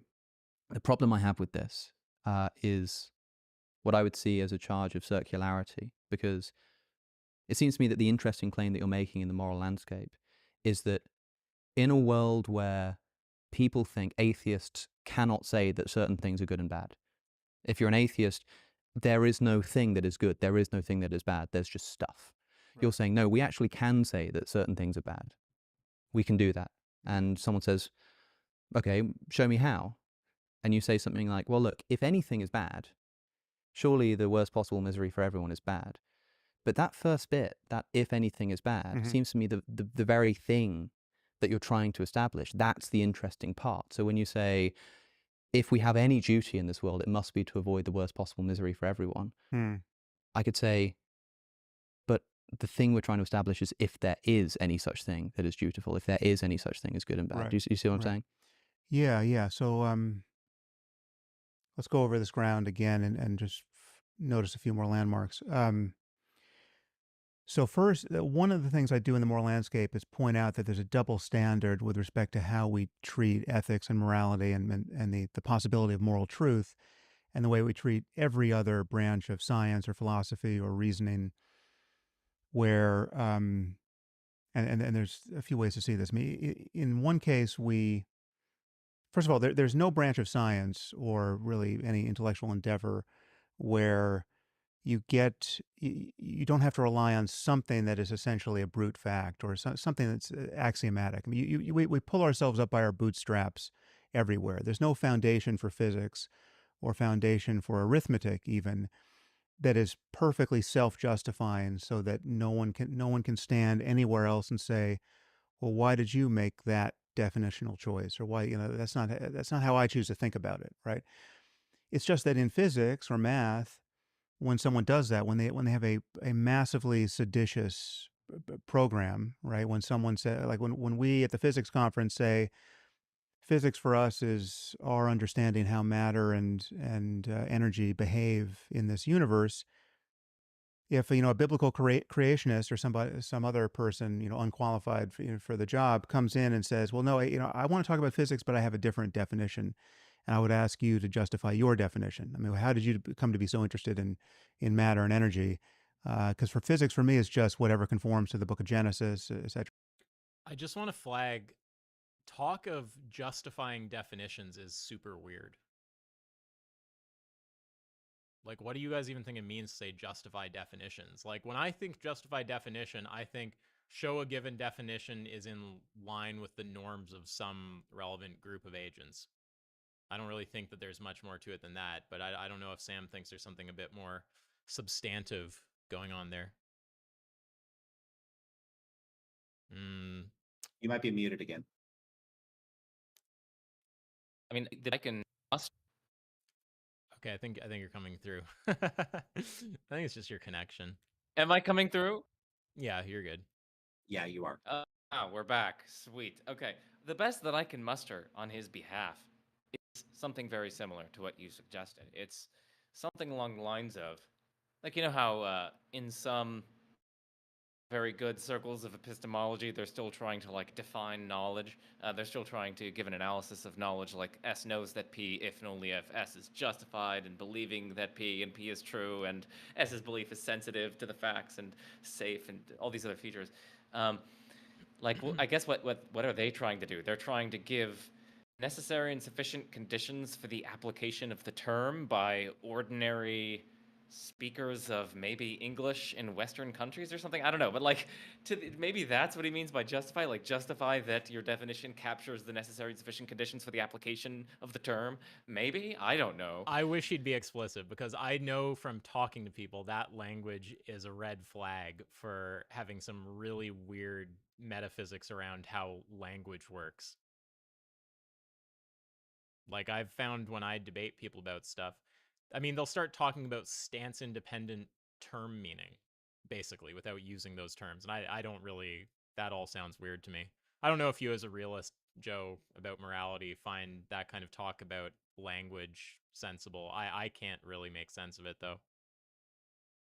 It depends on how we cash it out. Like, I mean, if we're just talking about, like, the conditions under which speakers do, or at least are disposed to apply certain terms. Yeah.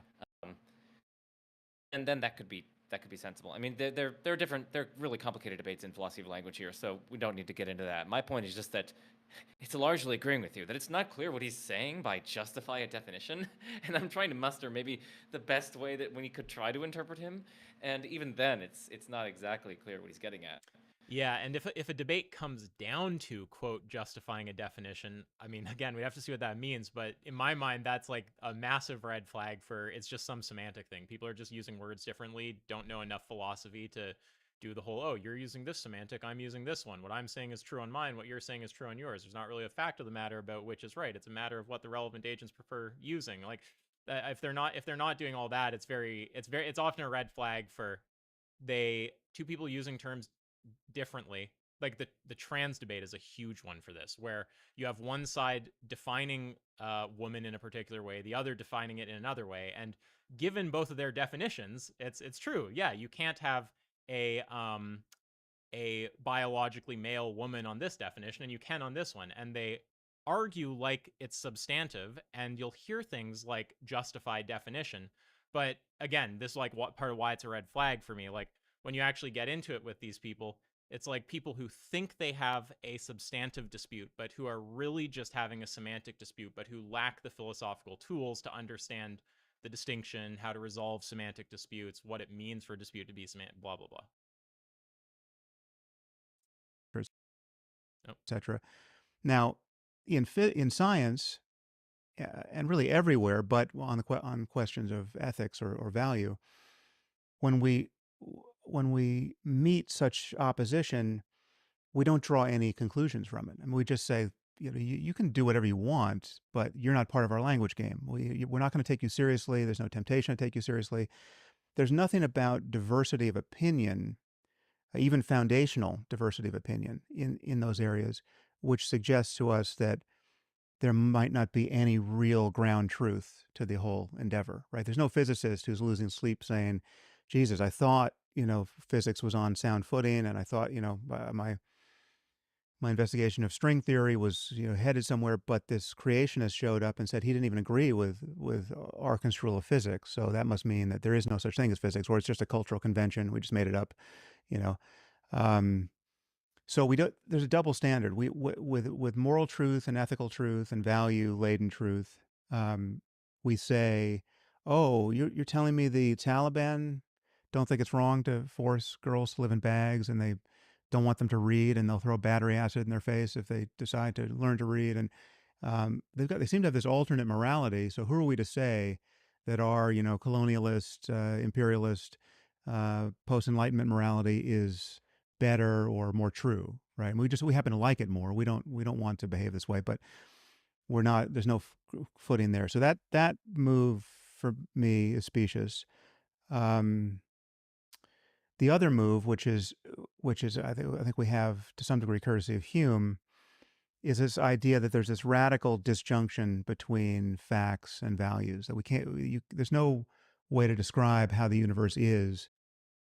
Just curiosity, I don't know if either of you remember exactly what Alex has said. Is this connecting at all with what Alex asked about? I thought Alex was just saying, like, maybe I forgot which his last statement was, but I could have sworn that he just said, like, hey, once you have some kind of like moral standard, then sure, science can come in and tell us what's good given that standard. But the whole thing is establishing that standard. I'm kind of like trying to understand how a lot of what Sam is saying is connecting with that. Maybe he's saying that he thinks that's not like a fair thing to do, and that we only do that in some contexts, like moral one. Yeah, this is I was hearing this, and my reaction is that it doesn't seem like he's responding to what Alex said. Like, it seemed like Alex was trying to make a particular point, and it doesn't look like he's syncing up with or tracking that particular point. He's just going off in a different direction. I don't know at this point. Like, it's been going for a while now. I'd have to go back and listen to it, but it sounds like Alex said one thing, and then Sam Harris just was like, I'm going to talk about a different thing. Yeah, maybe I just lost track. I don't know. I have to complain. Maybe it's intended to be a response, but I can't tell how. Yeah, that's how I feel. Yeah, I want to complain a bit about the style of discussion. Like, it's one thing for us to be, sitting here doing a review where we just kind of will take turns blabbing for a minute or two about what's being said.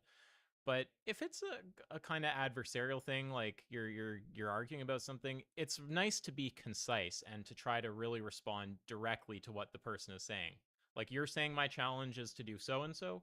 Well, I don't agree that's my challenge. Or like, I do, and here's how I meet. Like, something that clearly, and maybe it does connect and I'm not seeing it, but that's just why this mode of discussion is kind of frustrating. I know Sam will just say I'm kind of a long-winded person, and I respect that. That's fine a lot of the time, but again, there's times when concision matters, and I think being pressed on something is a time when it matters. They can tell you how it ought to be, and so there's no. I also don't see it here. I don't quite see what he's. Am I coming through? Yeah, you're good. You're this good. time.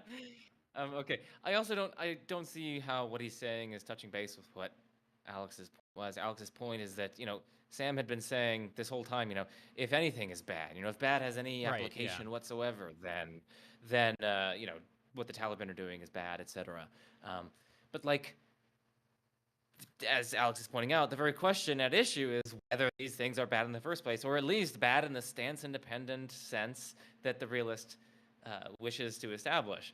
And I mean, Sam is just going on about we to tell other people that our system of morality is better than theirs, and he's like comparative judgments about goodness and badness. How are you justifying any of these judgments about goodness and badness in the first place? He doesn't seem to be. I don't know. To me, it just doesn't seem to be addressing what Alex is saying. But again, maybe he'll go on to do it. He does seem to be particularly long-winded. And Lance, I'll hear what you're about to say, but I do have to take off for dinner, so I'll listen to what you have to say, and then I'm probably gonna head out for dinner. Sure. Yeah. So this is another thing that he's doing. He seems to be very concerned about people that have a particular kind of normative moral standard, not just a meta-ethical standard. So there's a certain type of sort of a colloquial or folk relativism where people will say things like, well, you shouldn't judge other cultures, or it's morally wrong to impose your moral standards on a society or an individual with different standards. And those are normative claims. And those claims might follow from very specific types of relativism, namely agent, cultural or individual relativism, but they wouldn't apply to other types of relativism. And it seems like he's very animated by a desire to oppose those particular positions that either are constituted by or entail these normative claims that you should abstain from imposing values on people that are, horribly mutilating children or doing terrible things. If this was a normative claim, of course I'm on board with that. But there is an implication that he is, in a certain sense, critiquing like some substantive subset of opposed philosophical views, when really it's like who he's critiquing some at like a conference that's not for philosophers, that it's like people like, who is he arguing against? Because like I disagree with those people too, but there's an insinuation if that by showing those people have really unacceptable views, that this makes a case for his view, because that doesn't follow. I don't know. There's something strange about that. I'm gonna take off. Presumably, am I able to exit the moral landscape thing, or should I keep that open for you No, guys, you can leave it. or That's fine. what? You can just leave the Discord call. You're good. It's good having you though, Joe. Okay. Have a good one. Thanks for having me Take care. on, and I appreciate the chat, and it's always nice to, as I said at the outset, dunk on Harris. So no, I'm kidding. But yeah, thanks for having me on. I hope the audience was able to at least learn some stuff, and yeah, see you guys. Have a good one. See you. You want to keep going for a bit, Lance? Yeah, although now we're going to be really epistemically subjective because we no longer have any realists in the house. Right. Well, we tried. Yeah, I mean, it's a long ass video. It's like 2 hours. There's no way we'll get through the whole thing, but we can keep going for a while. No, but let's do a little more. Let's see I agree. where we get with this. Yeah. And so there's no even the totality of facts couldn't tell you what you should do next unless you add one of your merely human passions to the mix, right? Mm. Now, I'm happy to bite the bullet. There's two ways I've addressed that, and it's important to recognize that Hume did not spend a lot of time on that thought. I mean, it's practically marginalia in his work. I mean, it's like about a paragraph and a half or so, if memory serves. So it's not, he did not flesh this out, and yet many people take it as a total defeater against the whole project of uniting facts and values. One thing I would point out, there's two ways I've dealt with this. One is there are any discussion of facts presupposes a whole host of values. I just have to point out at the outset, like Sam with the whole fact value is ought stuff, like he's approached it in a lot of ways. The thing he's never done, assuming he's talking about the is ought stuff here, the thing he's never done is just give the valid inference with like purely descriptive premises and a normative conclusion. Now, I'm aware that you have to frame that a bit more carefully than that, and there's like Gillian Russell wrote that paper where she sets up the Humean sort of problem using like an indexical logic. There's ways to be more fine-grained about it, but like he's not even in the territory. Like you should be trying to do something roughly like trying to give the valid argument with the purely descriptive premises and a normative conclusion. So I don't know why Sam is always trying to deal with this point in other ways. That's the thing that everyone wants you to do. I don't know why he's trying to deal with this either. I don't know. There's probably a literature on this, but I don't see a lot of people, at least in metaethics, that are serious about the realist anti-realist dispute, that are all hung up on the is ought gap or the alleged gap. No, every realist that I know is just like, oh yeah, that's true, but there's normative facts, they're irreducible, or they'll say something like that. There's very few who are like, no, like the gap is some kind of like fantasy or something. I mean, doesn't T-Jump do something like that? I mean, the point is, it's kind of, you get it from some weird people. Well, there's also a way, like a naturalist could get around this by just saying, yeah, well, if you properly analyze the normative claims, they're just a type of descriptive claim, and then you could throw them in the premises, and you go from descriptive to descriptive. And I don't have an is ought gap because it's is, and oughts are just a type of is. That's not a problem. I do think you get an is gap though, like that. Like, I mean, I still call it an is ought gap, but the thing is, it's not really about logic. It's just a feature it's not really about morality. It's just a feature of logic. Like you can have a car bus gap, right? Imagine having the premises that are just about cars and like how do you get to the bus conclusion. So when I think about normative claims, like they are a subset of descriptive claims on my view. I think you take the same view, right? Yeah. So, but yeah, we still both accept the gap, and it's just because, again, it's like the car bus gap. You can have two things that are descriptive, but it's about it's about deduction not being ampliative. You can't have this like new information that shows. Yeah. We don't get for free, but we act like we get them for free. So value in logical consistency, value in evidence, value in elegance if you're in a mathematical field, right? Something like Occam's razor is a value, right? And so you presuppose our conversation about what's rational presupposes all sorts of values, and we don't tend to acknowledge it. But if I said to you, listen, I have an amazing theory of the physical world, it just so happens. I mean, it really is amazing. It's better than anything you're going to get from Ed Witten or anyone else. But it's a little self-contradictory. I mean, so it's like you're going to catch me saying some things that contradict the thing I said just before, and it doesn't make any predictions. Right. Okay. So this is a joke. I'm talking nonsense, and yet that just shows you that I'm running roughshod over some values that are presupposed in any conversation about what's true scientifically. The other move I'm happy to make, though I can talk really on both sides of this, is I'm happy, and this is what I was hand waving toward in that tweet thread, is I'm happy to dispense with this notion of ought and is and moral duty, right? People, one thing I didn't appreciate when I wrote The Moral Landscape is how much people are hung up on this idea that for moral truth to exist, it must contain the motivational component to follow this moral truth. And in addition to the motivation, it must contain an ability to persuade others that they should follow it. Right. So if I could tell you that something is really wrong, right? If it's some way you and I are living is really wrong, the mere understanding of its wrongness or its moral badness would get us to change our behavior by definition. Otherwise, how are we pretending to understand this?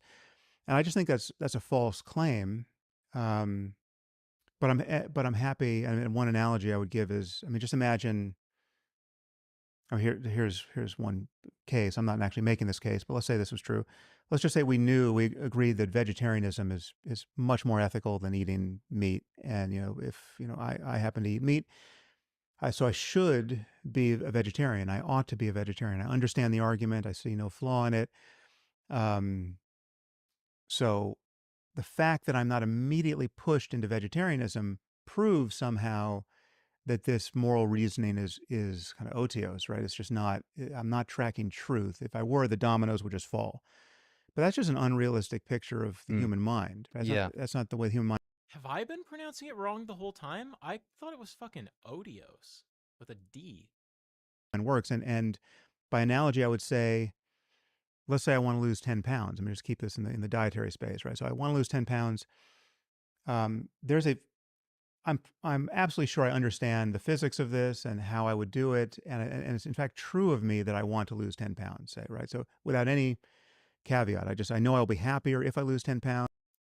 I just looked it up. Yes, I have been saying this wrong for years. So I guess I have learned something from Sam here. I know how to do it. I just need to eat less, and I just persist in eating less than I've been eating currently, and the pounds will disappear. That's just a fact-based description of my situation, but in and of itself is insufficient to get me to go on a diet because, as it happens, I want other things. I like to eat ice cream, preferably once a day, right? So that's not. I realize that's not in harmony with my wanting to lose 10 pounds, but there's more of me than the part of me that just wants to lose 10 pounds, right? So the motivation persuasion piece is another part of the conversation, but it doesn't actually dispute the fact that there can be such a thing as moral truth that we could come to understand. Yeah, that's another thing that David Hume discusses, and it's a big debate within philosophy whether moral facts have to be intrinsically motivating. Right. Maybe we can circle around to that, because I want to begin with what you said about this idea of the double standard that exists. And you picture somebody walking into a physics conference and saying, I define physics in this way. And everybody at the physics conference turning around and going, I mean, sure, you can just do that if you want. You can define physics, mean whatever you want, but that's not really what we're talking about. That's not what people care about in this conference. So we're just not going to pay attention to you. Do you, when you publish The Moral Landscape, and there are a great many people in the academy who come out and say, this isn't allowed. Like you say, most people believe in this is-ought distinction. Most people think that good is something other than just well-being. Who's the one walking into the conference here? In other words, like, it seems to me that it might be more like you going into that conference and saying, I think that morality is about well-being, and everyone at the conference turning around and saying, you can do that if you want. I don't exactly have a reason why you can't just say that when I say good, I just mean the avoidance of the worst possible misery for everyone. Sure, but that's not really what we mean. And so do that if you want. But we're not going to sort of pay attention to that. Yeah. Do you see it that way around, or do you think it's the other way around, that you're the one with the sort of definitional consensus here, that people who are challenging you are coming in and you're the one who should be saying, well, you know, we're not going to pay attention to you? Well, to be clear, I'm not saying that truth is just a matter of consensus, right? So Sure. I'm saying that everyone could be wrong. One person could be right. Um, and but I'm saying that when you're at a conference wherein scientists talk and philosophers talk about morality, I view them as using various double standards and being lured into it, you know, for understandable reasons. But it's like, you know, I've been at a conference. I mean, this is actually what one of the things that convinced me to write The Moral Landscape, as I did, is, you know, I was at a conference where, you know, there was kind of an eminent biologist and bioethicist who took me to task for my disparaging the ethics of the Taliban, right? And she said, you know, that's just your opinion, that you know, forcing women and girls to live in cloth bags and beating them or killing them if they try to get out, that's not good for them, right? Like, who are you to say that, right? And my point is, who are we not to say that? If we know anything at all about human well-being, and we do, we know that this is not an optimal strategy for maximizing human well-being. And then you start meeting the people who say, well, who's to say that morality has anything to do with human well-being? Yeah, see, that second step is the more interesting to me, because I agree that because... Yeah, he's setting up all these dichotomies and contrasts as though, like, his opposition thinks that morality doesn't have anything to do with well-being. Okay, so some people might think that, but that's a normative claim. There's just a significant lack of clarity about what positions he's disagreeing with. Like, typically, if you want to say, I endorse a realist position, what you would do is you would say, here is what my position holds. Here's what the contrasting positions are. Here's why my position is right and those positions are wrong. But I don't have a sense, he's not giving this like mutually exhaustive characterization of the positions on the table. Like, just to give you an idea of someone where I'm critical of their approach in doing this, but it's much clearer than this, is Michael Huemer in the book Ethical Intuitionism. Now, Michael Huemer is a philosopher that works in metaethics, and Huemer's like, look, there's the realist positions. I can't recall if he makes a distinction between naturalist realism and non-naturalist realism, but you could set that aside. What he says is, look, here are the positions on the table. The standard anti-realist positions are going to fall into one of these three categories. These are the different claims they make. I'm going to show you why I think each of these positions is wrong, and I'm going to show you why I think realism is right. It's basically saying, here are the options on the table. Here are the problems with this option. Here's the problems with this option. Here's the problems with this option. That leaves you with these options. That's a very clear way of setting up the debate. Now, I take other issues with Huemer, but Harris is not being clear with who is he arguing against? Are their positions exhaustive of opposing views? I don't know, because he's just providing anecdotes about people he ran into that they're not professional philosophers. They're not representing the anti-realist position. They're just random people. You know, imagine I'm trying to make a case for atheism, and I'm like, well, I ran into a Christian at a conference, and they said this silly thing about the Trinity that didn't make any sense, and that's clearly wrong. Okay, so atheism is true? Like, yeah. What is the implication here? It's like a vague sort of anti-realist boogeyman that sort of is, I guess, supposed to be... I don't even know. It's like there's people who he mentions, like the bioethicists who talk to him, but yeah, the position he's attacking, yeah, it's not clear what exactly he's attacking. It's not clear exactly what his position is. It seems like he's kind of taking jabs at a vague anti-realist boogeyman who's like represented supposedly by, you know, people like this bioethicist. Yeah, and it's these people with like normative positions that, like, an anti-realist. It's not like they could find objectionable. I do find them objectionable. Of course, I'm going to Right. condemn terrorists and say that what they're doing is bad. That doesn't mean I'm a realist. So again, there's an implication here that, like, what, that only a realist can reasonably object to terrorists. Like, what is he implying? I'm not even sure he's implying anything. It's just. Like, I'm not even sure there is a rhetorical strategy that I could object to here. It's just like, yeah, I ran into people, they said things I didn't like, so realism. Okay, but I don't like what they said either. It's not therefore realism. So I don't know what he's doing here. Yeah, I agree. I'm not really sure what to say about it. because we all agree that suffering is bad for us, right? And I want to talk in a moment about how we go from that. I mean, if I put my hand on a stove, I'm going to want to take it away. It doesn't follow for me that if somebody else puts their hand on a stove, that I'm going to have that same feeling that they should take it away. Well, we'll get to that in a minute, perhaps. But yeah, sure.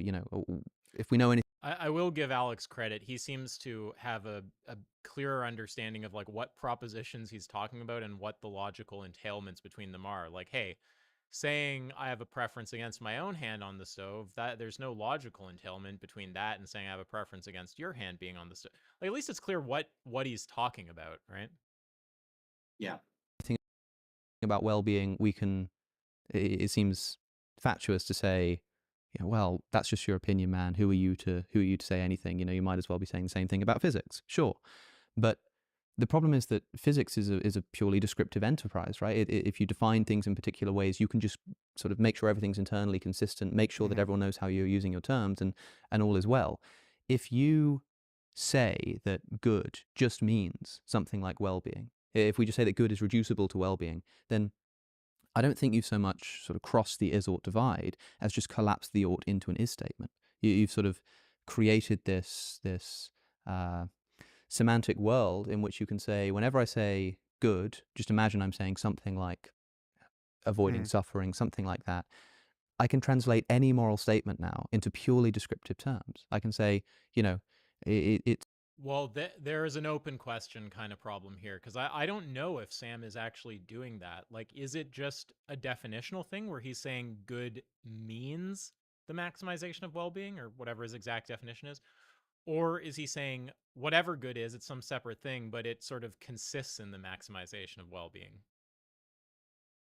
Yeah, I don't know. And we could go look at his writing, but I don't think it's super clear from his writing what exactly he means. I think in part that's because he's not really reading or engage. Maybe he's read. I don't know what he's read. He doesn't seem to be engaging with the categories and distinctions that naturalists would use. Like, is he being an analytic naturalist? First of all, I don't know if he's a naturalist realist. If he is a naturalist realist, is he an analytic naturalist or some other kind of naturalist? Again, I don't know. So it would be helpful if he addressed that. Look, again, it's not an ivory tower issue. I'm not saying he has to pick one of the. It's not like I'm saying this is the menu, you have to pick from the menu.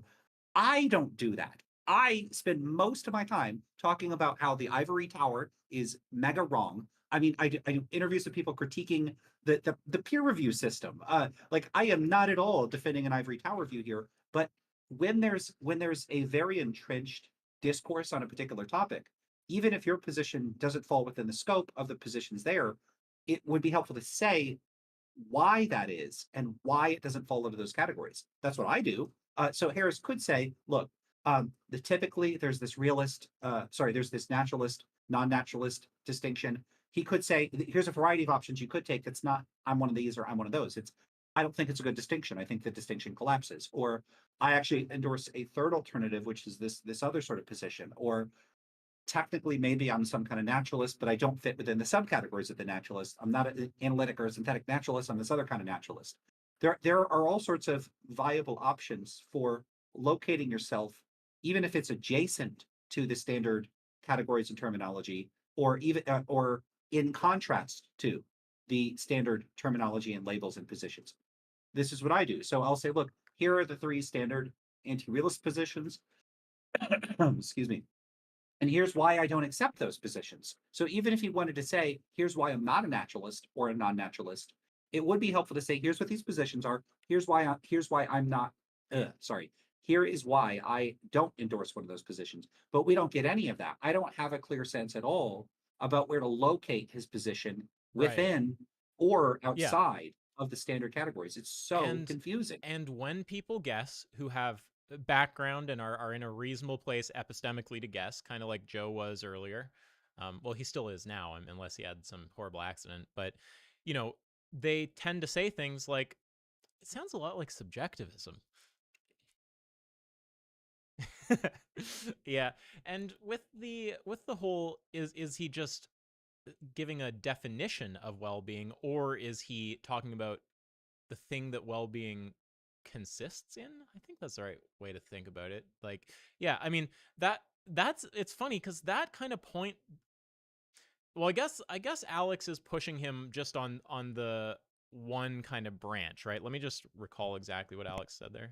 Any moral statement now into purely descriptive terms. I can say, you know, it Right. Okay. I don't know exactly what point he's going to make, but I kind of remember the territory. Like, if he's sort of going to make a point that, like, yeah, look, Sam, if you just define well-being in this particular way, so the definition branch, not the consists in branch, if you just define it in this way, then, like, yeah, no one's going to argue with you, but it's like trivial. Like, you're just uttering tautologies or something when you say something like, oh, maximizing well-being is good, or you know, we should do this well-being maximizing thing or whatever. Like, I think we'll see exactly what he says, but you know, something along the lines of roughly in the territory of, if you do the analytic move where you just say I'm defining it this way, you get a kind of triviality to your view. And the funny thing about this is I made a point very similar to this point to Alex many years ago in a VC.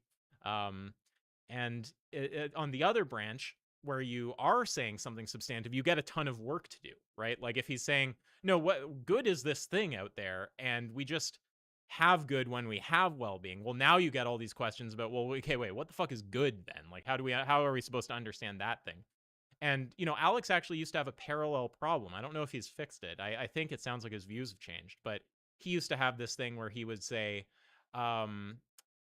desire, it was like he had some analytic connection between desire and pleasure or something. Like, everyone desires pleasure, and what is it to desire pleasure? It's, and like, you ask about what those words mean, and if pleasure is just something like what is desired or what is like wanted, he had some kind of definition like that, then it's like it's a tautology. It's like it's true, but it's not saying anything, and it also doesn't do what you want it to, which is ground some kind of ability to say, like, hey, your values, when two people disagree, this guy's got the wrong values, right? It's not going to do something like that for you.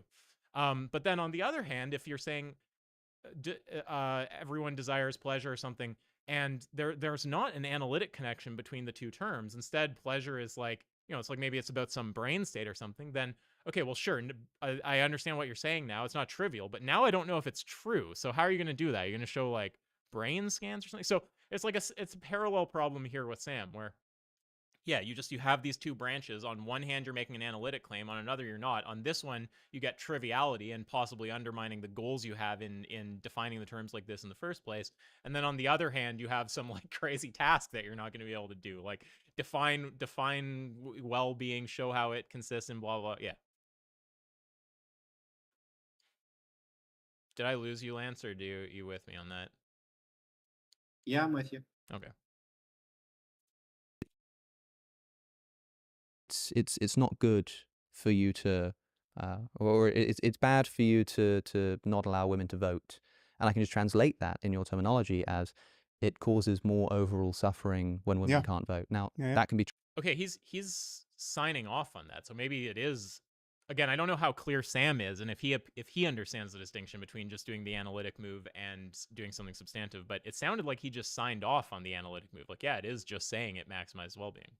true and false, you know. Cool. Now we can do an investigation. Well, but it seems like we're not talking about ethics anymore, in other words.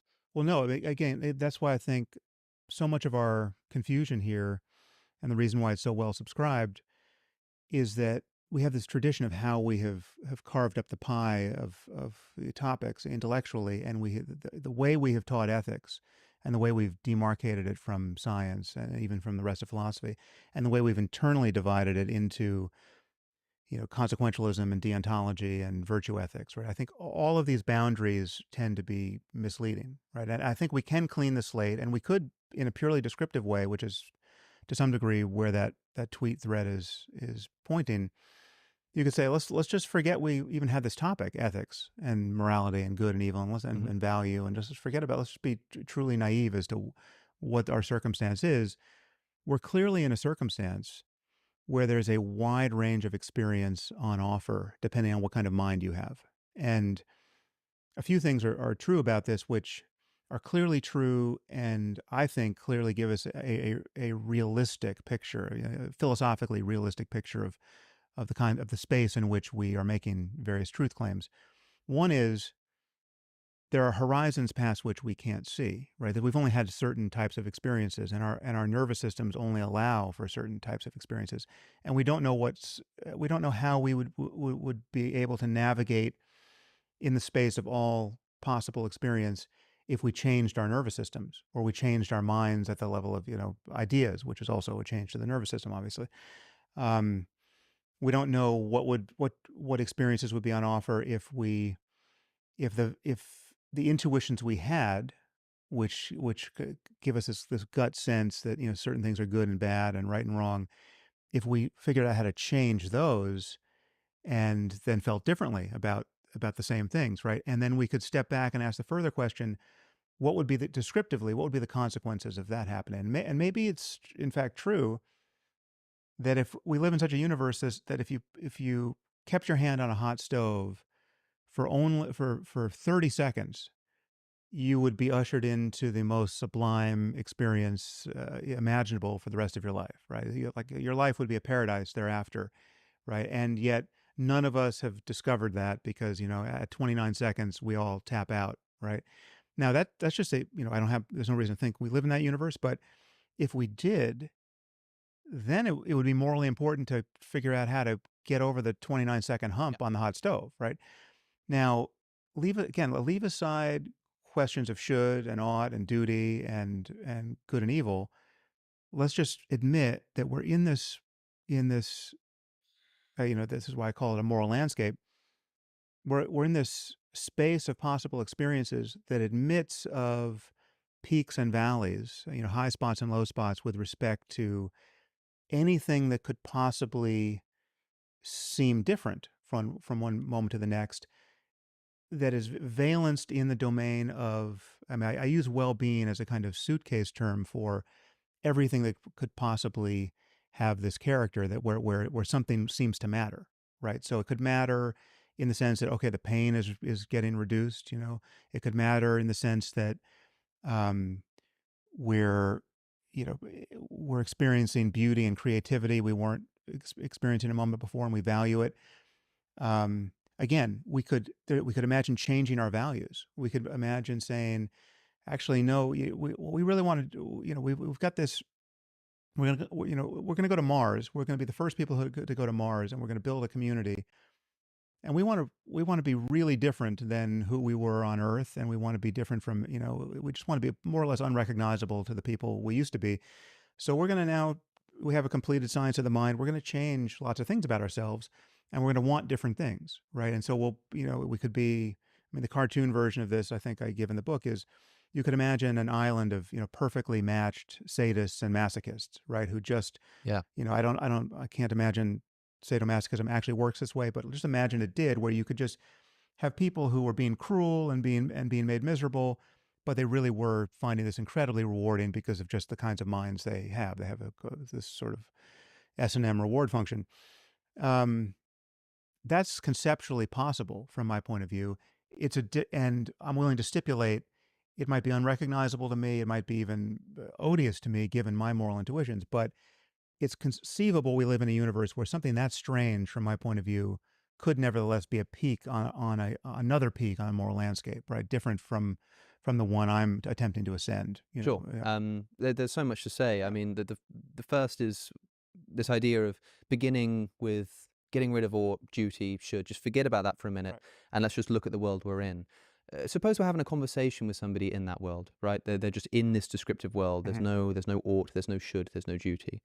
And we say to them, look, notice what happens when you put your hand on a hot stove. And this person puts their hand on the stove and they pull it away. And you say, so you didn't like that, did you? And they go, no, I really didn't like that. That really hurt. And you say, so you value, not having your hand hurt in that way. And they were like, yeah, so I suppose I do. I put my hand on and it just happens. And I then say to them this statement. So look, if we should do anything in this life, and they go, hold on, what do you mean should? What is that? What are you talking about? I say, look, if we should do anything, it should be, avoiding those kind of circumstances. And they just say to you, right, we're in this world where should doesn't exist. What are you talking about there? I don't think we should draw much of anything from this failure of persuasion, because again, it is like the creationists at the physics conference. But why is this like a creationist at the what did he say, at the physics conference? Why is it like that? Alex seems to be asking a pretty straightforward question. So someone comes along and they say, well, if there's anything that's true, it's that you should take your hand off the hot stove or whatever. Alex seems to just be asking, yeah, someone could stop you right there and say, hold up, what do you mean by should? Why does he immediately say, oh, that's like you're being like a creationist if you ask that question? Asking someone what they mean by a term does not make you a creationist. It's like it's just like, I'm immediately going to compare you to someone that who's we're all going to agree is a moron that doesn't know what they're talking about. So how dare you ask me what I mean by this, or else you're an idiot creation. Like you're asking as stupid of a question as a creationist asking a really goofy question out of his. Why he hasn't shown that? He's just asserting something.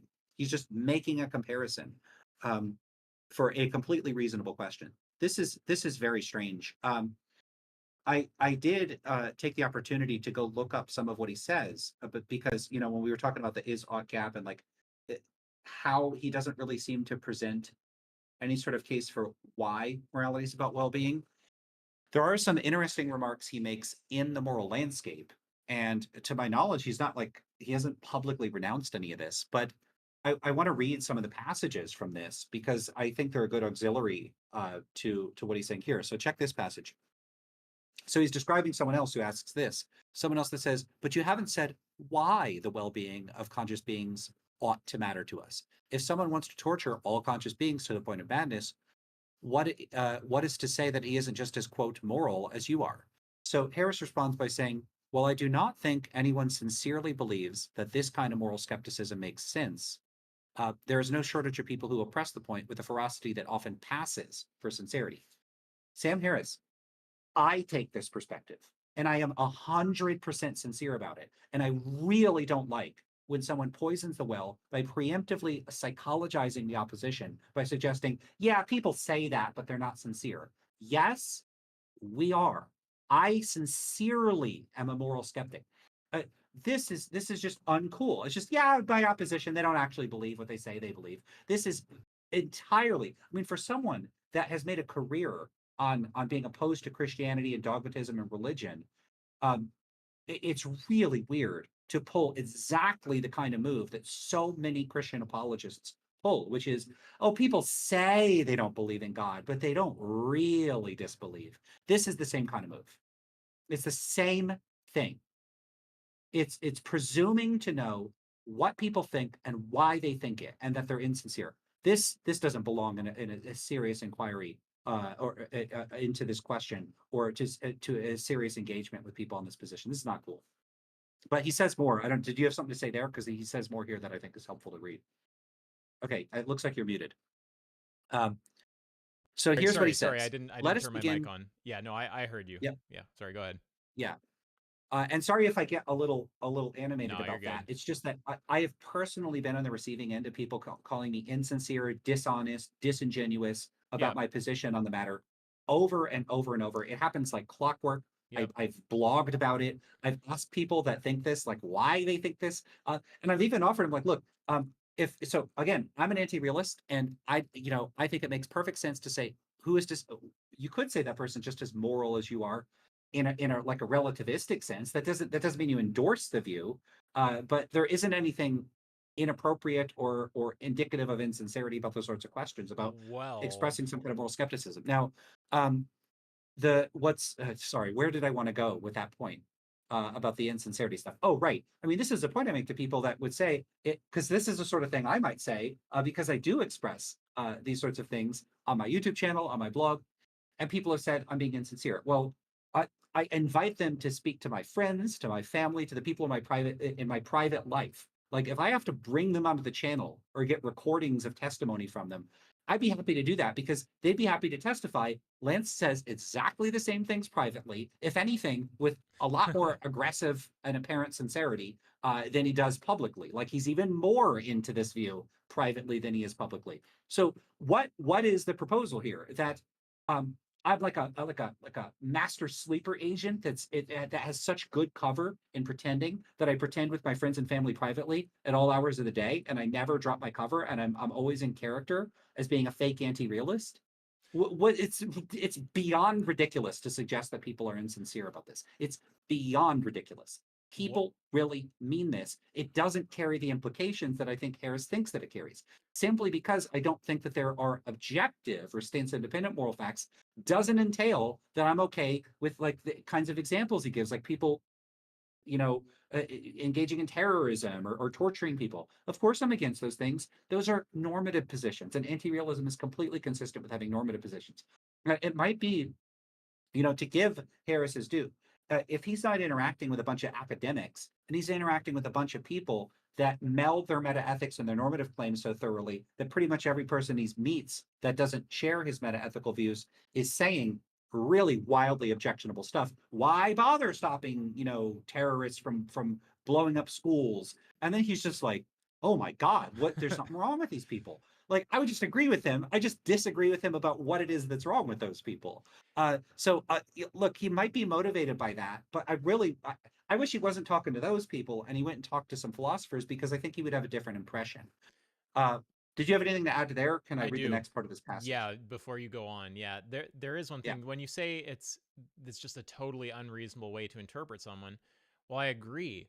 But again, like when Sam talks about moral stuff, it's this kind of vague basket. So like the idea that, like, what exactly is it that I'd have to listen to his exact quote there. So this is like a general comment, but like, what exactly is it that you would be being insincere about? There's things that might be in the vague general kind of area he's talking about that I would think one is almost certainly insincere if they said, right? Like if you're just chilling there, like, yeah, it seems nice. Like so your hands burning off on the stove. Like, of course, I mean, that person's dishonest, but I mean, if you were just talking about the like something like a claim to not understand stance independent morality, well, now it's like people absolutely honestly believe that all the time.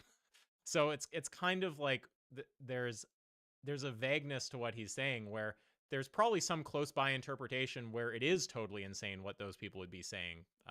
So it's kind of like you'd want to dial in the specifics on what Sam's saying so you can tell if he's talking about those people and saying something true, or if he's just talking about people like you saying things like that you can understand stance independent morality, in which case, I mean, it's unreasonable to think that you're lying. Sure. It might also be, though, that there are genuinely people that have really objectionable normative moral views that are bound up in their meta-ethical views. So they're both some type of anti-realist, and they're just totally okay with people torturing children, and as long as it's another culture. Now, I would find that really, I do find, like, why am I speaking hypothetically? I would find that. I do find that really repugnant, but I don't know that I would actually find that insincere. In that, I could see why someone might think that people are insincere about that sort of thing, but I've run into enough people that really do seem to be like, they'll be like, oh, well, I don't think we should be supporting this country or that country. So some people have this attitude that their country should never invest resources in helping people in other countries, because the purpose of your country is to promote your country's interests, not other countries' interests. Even if it means like leaving people to die from a natural disaster, just it's not our job to give them. And in those cases, I find that objectionable when the resources and ability to help are available. It would come at like, okay, so it hurts the U.S. economy a bit, but you're going to help survivors of a natural disaster outside U.S. borders. I'm all in favor of it. Yeah. But some people do seem to sincerely have pretty awful views of non-intervention and anti-intervention, even under extreme circumstances. Like I'm not suggesting that like every time another country passes the law you don't like, you go and annex the country. But if there's a country that's like engaged in a full-scale genocide and a person's like, yeah, but it's not our problem, that I have an issue with that. I don't like that attitude. Yeah. But people do actually seem to sincerely think even that. So I don't know who he thinks is insincere about what. I agree with all that. I'm just saying that there are certain claims, like the guy who's standing there touching the stove saying he loves it, where you'd have a pretty strong judgment that that person is probably lying. It wouldn't be unreasonable to suspect that that person is being full of shit for whatever reason. Maybe they don't have nerve endings or something, but much more likely, like who's going to say they actually like touching a stove and it's honest? Probably not many people. Right. Yeah. And it's also a context issue. So if you see a person that's like, oh, I don't find people, if it's happening in another country, I don't care. And then you find them like reading a news report and they're like really upset about it privately. Right. Yeah. Okay. Then that's inconsistent. That person's being dishonest. So there might be people that are being dishonest. It's just, so I take your point. This isn't necessarily a critique of me in particular, but he does sort of like flip that remark into a remark about moral skeptics. And at the very least, there's like a double layer here where it's unclear. Yes. And if it were clear, maybe I would agree with him, maybe I wouldn't. It could plausibly be about people like you, in which case it's unreasonable. But it's vague enough that it could just be maybe about people who would touch the stove and pretend to like it, in which case it's not unreasonable. So it goes back to the theme of the vagueness making it hard to land a blow. Right. Yeah. And that's really frustrating. So let's look at this next passage. So here's what he says here. Let us begin with the fact of consciousness. I think that we can, sorry, he just says, I think we can know. Let me start over. Okay. I don't like adding an extra word here or there. Sometimes I do that. Okay. Let us begin with the fact of consciousness. I think we can know through reason alone that consciousness is the only intelligible domain of value. Now, that is an interesting claim. I think we can know through reason alone that consciousness is the only intelligible domain of value. So is that like an a priori claim? Because if it's an a priori claim and it's undergirding his whole foundation, then is his position one that we can discover the moral facts via science or not? I'm sorry to cut in. That doesn't sound like it. Sorry to cut in. I actually don't even understand how he's using the language domain of value. Like what That's another issue. I'll get to that too. Okay. All right. Yeah. So he's making a claim here that really sounds like an a priori claim. But when he says domain of value, Harris, I personally find him to have been consistently ambiguous about this, because there's an important distinction between saying something like the only sense in which you could care about things is via conscious states. Yes, like that's valuing right. Yeah. things involves conscious states. Mhm. That's very so. In other words, consciousness is needed to value things. Yes. That's a different Right. claim from claiming that the only states that one can value are conscious Exactly. states. Right. Back to the ambiguity point. But yeah, that's exactly what I was thinking there. Yeah. Right. So which one is he claiming?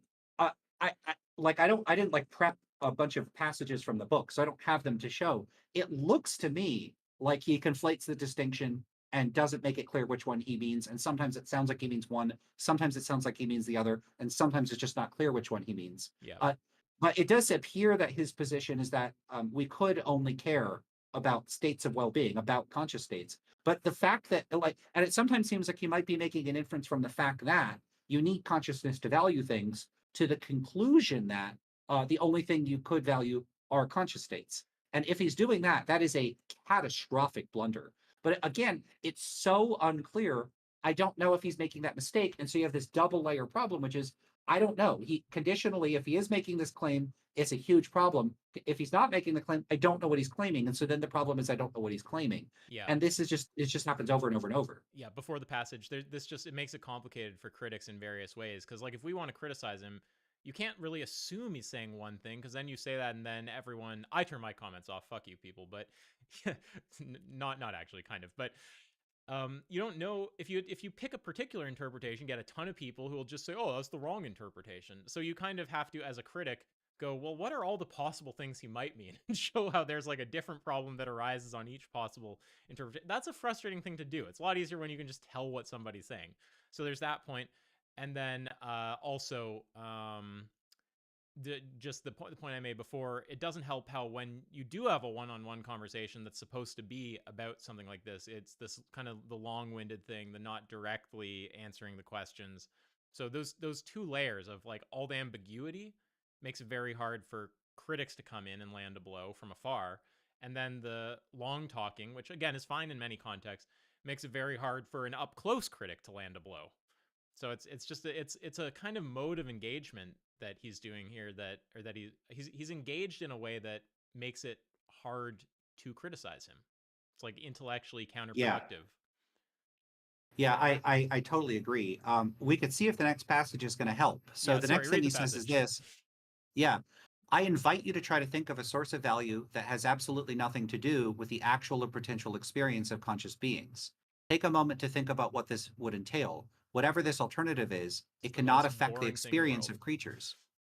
So, like, that's a little weird. I invite you to try to think of a source of value that has absolutely nothing to do with the experience of conscious beings. Nothing to do in what respect? Does Right. it mean that the thing that you're valuing are states of consciousness? So I value, having a positive psychological state rather than a negative one? Or does it mean that they have nothing to do with them in the sense that it's not involving having conscious states? Because like I Right. can't care about anything in any normative moral theory if I'm not conscious and making decisions. So Right. if I'm a deontologist and I think that the locus of moral concern are principles and actions independent of their actual or expected consequences. So I think this action is wrong in virtue of the nature or intentions behind the action or something like that. So if I think that and I'm trying to deliberate about what to do, presumably I need to be conscious to make moral decisions. So is that falling within the scope of what he's saying? Because once we resolve the ambiguity, if it is, then the claim he's making is actually consistent with and inclusive of a range of normative moral theories that he apparently does not endorse.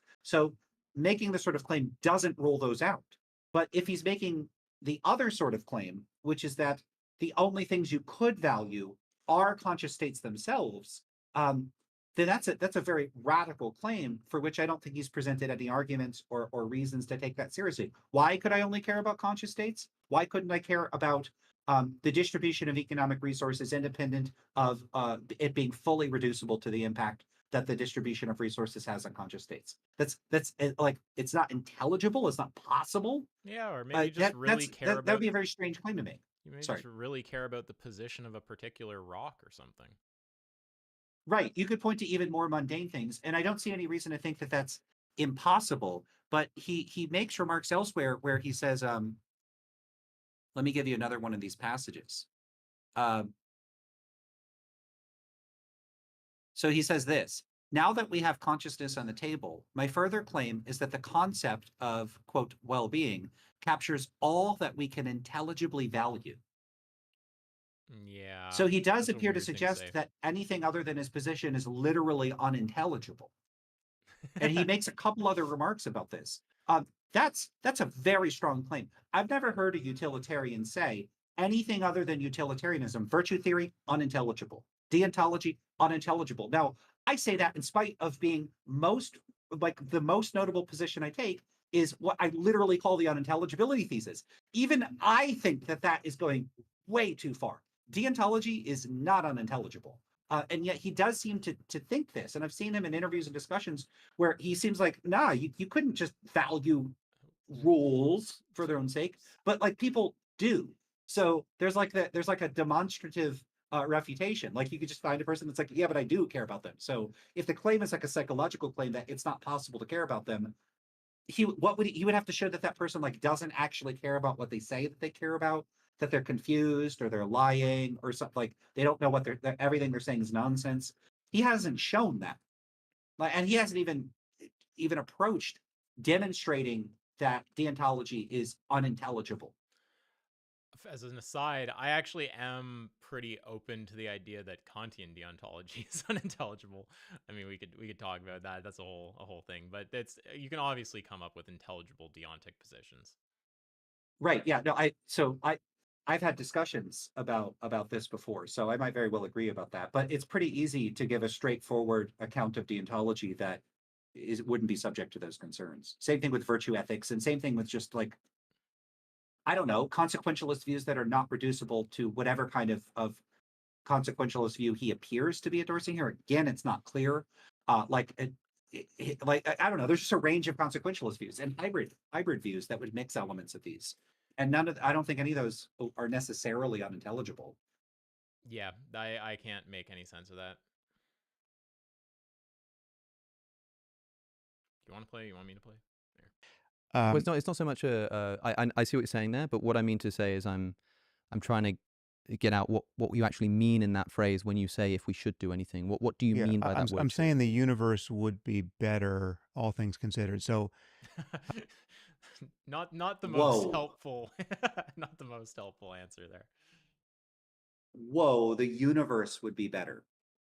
So what does should mean in that context? It means the universe would be better, all things considered. What on earth does that mean? I think even fixating on the word universe, and not that you're doing that, would be like kind of missing the weird. Like the weirdness is just that he's it's just the term circle, right? You've pointed out a million times, just reinvoking. Yeah, he could said things would be better, all things considered, exactly. and that would still be a problem. Yeah. Focusing on universe would be missing it. It's like it's just the fact that better, which is presumably another word on Sam's meaning of the term, that Alex would have the exact same question about. Well, what do you mean by that? Which is being offered to explain the first thing Alex asked. What the fuck do you mean by? Yeah, so I want to make a note about. Yeah, I want to make a note about that before you proceed. Sure. There's this interesting social element to asking people about what they mean, that where people that do have these like circular or like they just keep looping around the definitions. So a dialogue can go like this. So what do you mean by should? Well, I mean it would be better. Well, what do you mean by better? Well, I mean it would be like morally, it would be desirable. And then if you say, well, what do you mean by that? Sometimes at that point, a person will say, look, you can keep asking what I mean by this and what I mean by that, but I've answered your questions. Like I've done what you asked me to do, and you're acting like a child now, going why, or what do you mean, what do you mean, what do you mean? You're the problem here, right? And I find that really frustrating when people can hide behind giving. Not that Sam is necessarily doing this, but sometimes people will give these basically unhelpful responses, and as long as they have socially discharged their responsibility to give two or three of them, they can then say, and that now end of questions. You're done with those line of questions, and they've never adequately addressed the question. I mean, you just imagine a person on trial for a crime, and the prosecution is asking the person, okay, where were you the night of the murder? And they were like, well, I wasn't at the scene of the crime. Okay, but what location were you at? I was at the location that's not the scene of the crime. Okay, but where though? The location that I just told you that I was at. Okay, but which location is that? And this they can just go around and around. And why do you keep asking? Yeah, and then they can say, look, I've already answered your question 4 times, and I've given a different answer every time. I've elaborated. I told you that the location that I am at is not the location of the crime, which is the location that I was at last night, which is the location that isn't where the crime occurred. And so, look, I've given you a very complete description. And of course, in that case, anyone in a jury that it has like a functioning brain is going to go, oh, the person's dodging the question. They're not, and even if they don't think it's intentionally dodging, in this case, it clearly, I think, would be. They would say the question has not been answered. I don't know where that person was. And so so Alex asked Sam, what do you mean by should? And he says the things would be better, the universe would be better. It would be better. Okay.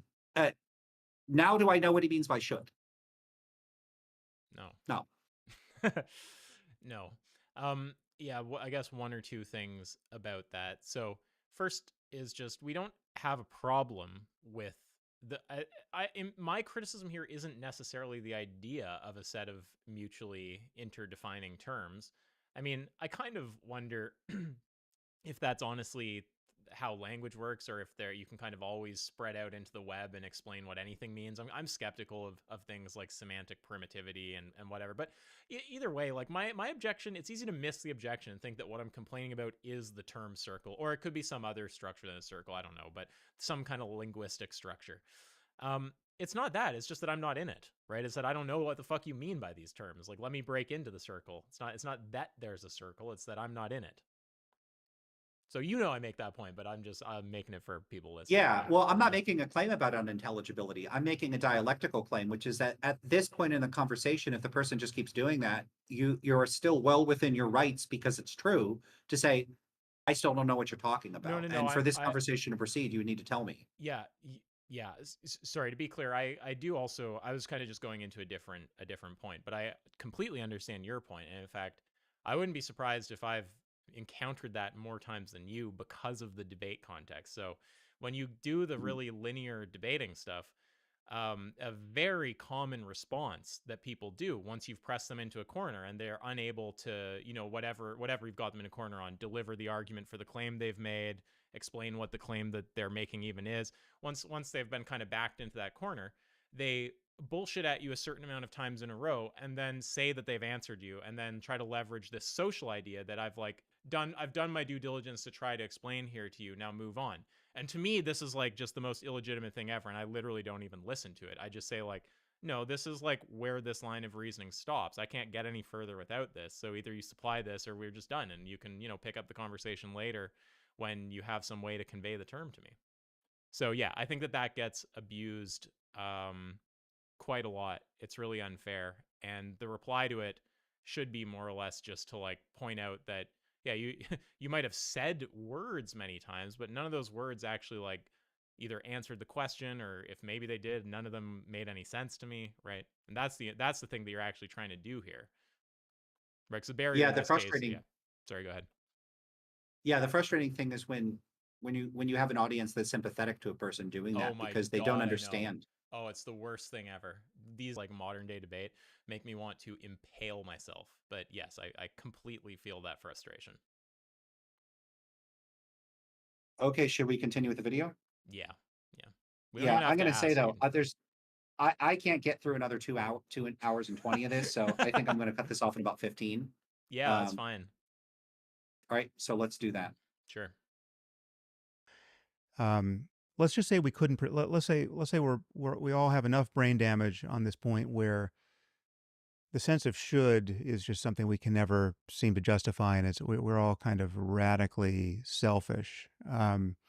Whereas even if I can tell you that you would be better off not having your hand on a hot stove, I can't get you to care that anyone else not burn, say. Mm-hmm. Well, I just have to comment. I know I kind of am making a similar point I made, but this is where it's so unproductive what Sam is doing. And what I get, I don't know what Alex's intentions are in these things. Like maybe there's something like don't put too much pressure on the guest so that people become uncomfortable and don't want to come on the platform. There could be reasons like that. But if you're trying to like kind of box Sam in and actually get the concession here, if that were your goal, you'd want to cut in during this, and you'd want to say like, look, I forget what Alex said exactly, but look, I'm just trying to understand how you mean this normative language, and your answer just used more normative language. So you're going into another kind of like you're going into a whole thing right now, but I'm still not tracking the answer to the basic thing I asked. Just pass it back to them there. You have to hold it there. Yeah. I don't know exactly what Alex's strategy is in these discussions, because this is not like a debate and there's not a lot of back and forth. Alex is not saying much throughout this discussion. It's like an adversarial interview. Yeah, but it's a very mild adversarial interview. Yeah. And when he's done this in other contexts, I think it's worked better for achieving what appear to be Alex's goals. But in this case, look, I don't need to say more critical meta stuff. I wish he was pressing Harris harder. I would personally prefer to see that. Yeah. Oh, there's one other thing I was going to say about that. Whatever. I'll see if I remember. Certain things follow. One is given what it is to have a human mind and human relationships, given how social we are, given what, given certain. Oh, I was going to say, yeah. So although from a kind of debating, pressing the other guy into the corner kind of perspective, Alex isn't really doing that well, and that might not be his goal. The points he's making are pretty cogent and are pressing Sam in areas that I think Sam is bad at defending. So at least that much is good, right? Like Alex is bringing up like, hey, this thing doesn't entail that thing. Hey, you're using this language. I can't tell what it means. Explain what that means. Like these are good points for the most part. I think he does have a good angle on Sam as far as I can tell. All the angles he's bringing up are good. Yeah. I wish Sam Harris starts responding, I want him to interrupt and say, hold up though. I'm not seeing how that's addressing the concern that I'm raising. Can you address this concern that I'm raising? Yeah. And then, I'm concerned that Alex recognized that if he did that, Sam would just respond again. And then Alex would have to go, okay, but that's not addressing my concern. And then Harris would respond a third time and he'd say, yeah, but you're still not addressing my concern. And it could make things really awkward. Yeah.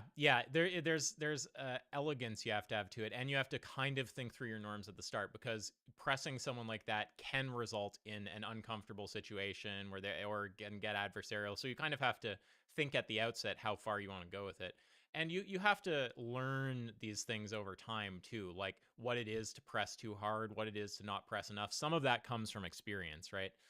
Like he had this conversation with Michaela Peterson, and it was supposed to be kind of around veganism, and at the time he was still, known as like a vegan activist, and he hadn't made it public that he had abandoned the position, and he just went in and it was like a wet floppy fish or something. Like it was like she's a top tier moron who's wrong on like every level, like ethical, empirical, like this is just the easiest dunk imaginable. And I mean, even if you're friends with her or whatever, there's a way to politely show the bullshit. And he just had like, he just did not push at all, right? A lot of people gave him a ton of shit for that. I kind of agree it was a shitty performance, but I do have sympathy in a sense that you have to learn the right point by actually having debates and learning what it feels like to press too hard and what it feels like to not press enough and what happens. Like my big not pressing hard enough moment was when I debated Stefan Molyneux. When I look back at that, I'm like, I don't know that I said anything wrong, but I was being way too charitable. Like I should have, like he's just rambling to every fucking thing I say. I should be cutting in and doing something. So yeah, I think that there's that element, having to think through kind of what your limits are, where you're going to go and troubleshoot your way into the right level of pushing someone.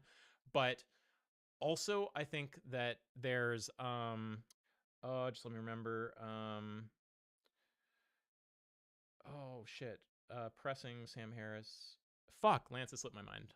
I'll just play it. Positive states of mind that are on offer, like love and compassion, you'll see this person unable to have certain experiences that we also recognize are sources of happiness. Oh, well, this is unrelated, but yeah, I guess one thing I would want for Alex is to be sensitive to this. I would hope that this is at least a conscious choice. I hope that he's noticing that he's not pressing on these points and that he's not getting answers on them and what he would do in the case that he wants to press them.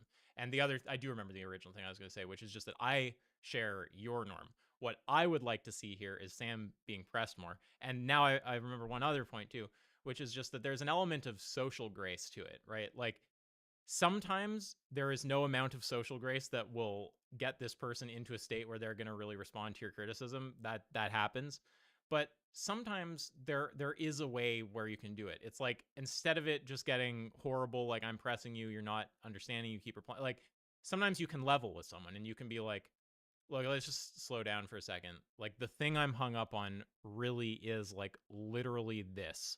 And it's hard to even see, like it's, I don't think you're detecting where I get confused. Maybe that's my fault, right? Take some responsibility yourself. Maybe that makes them feel less pressured.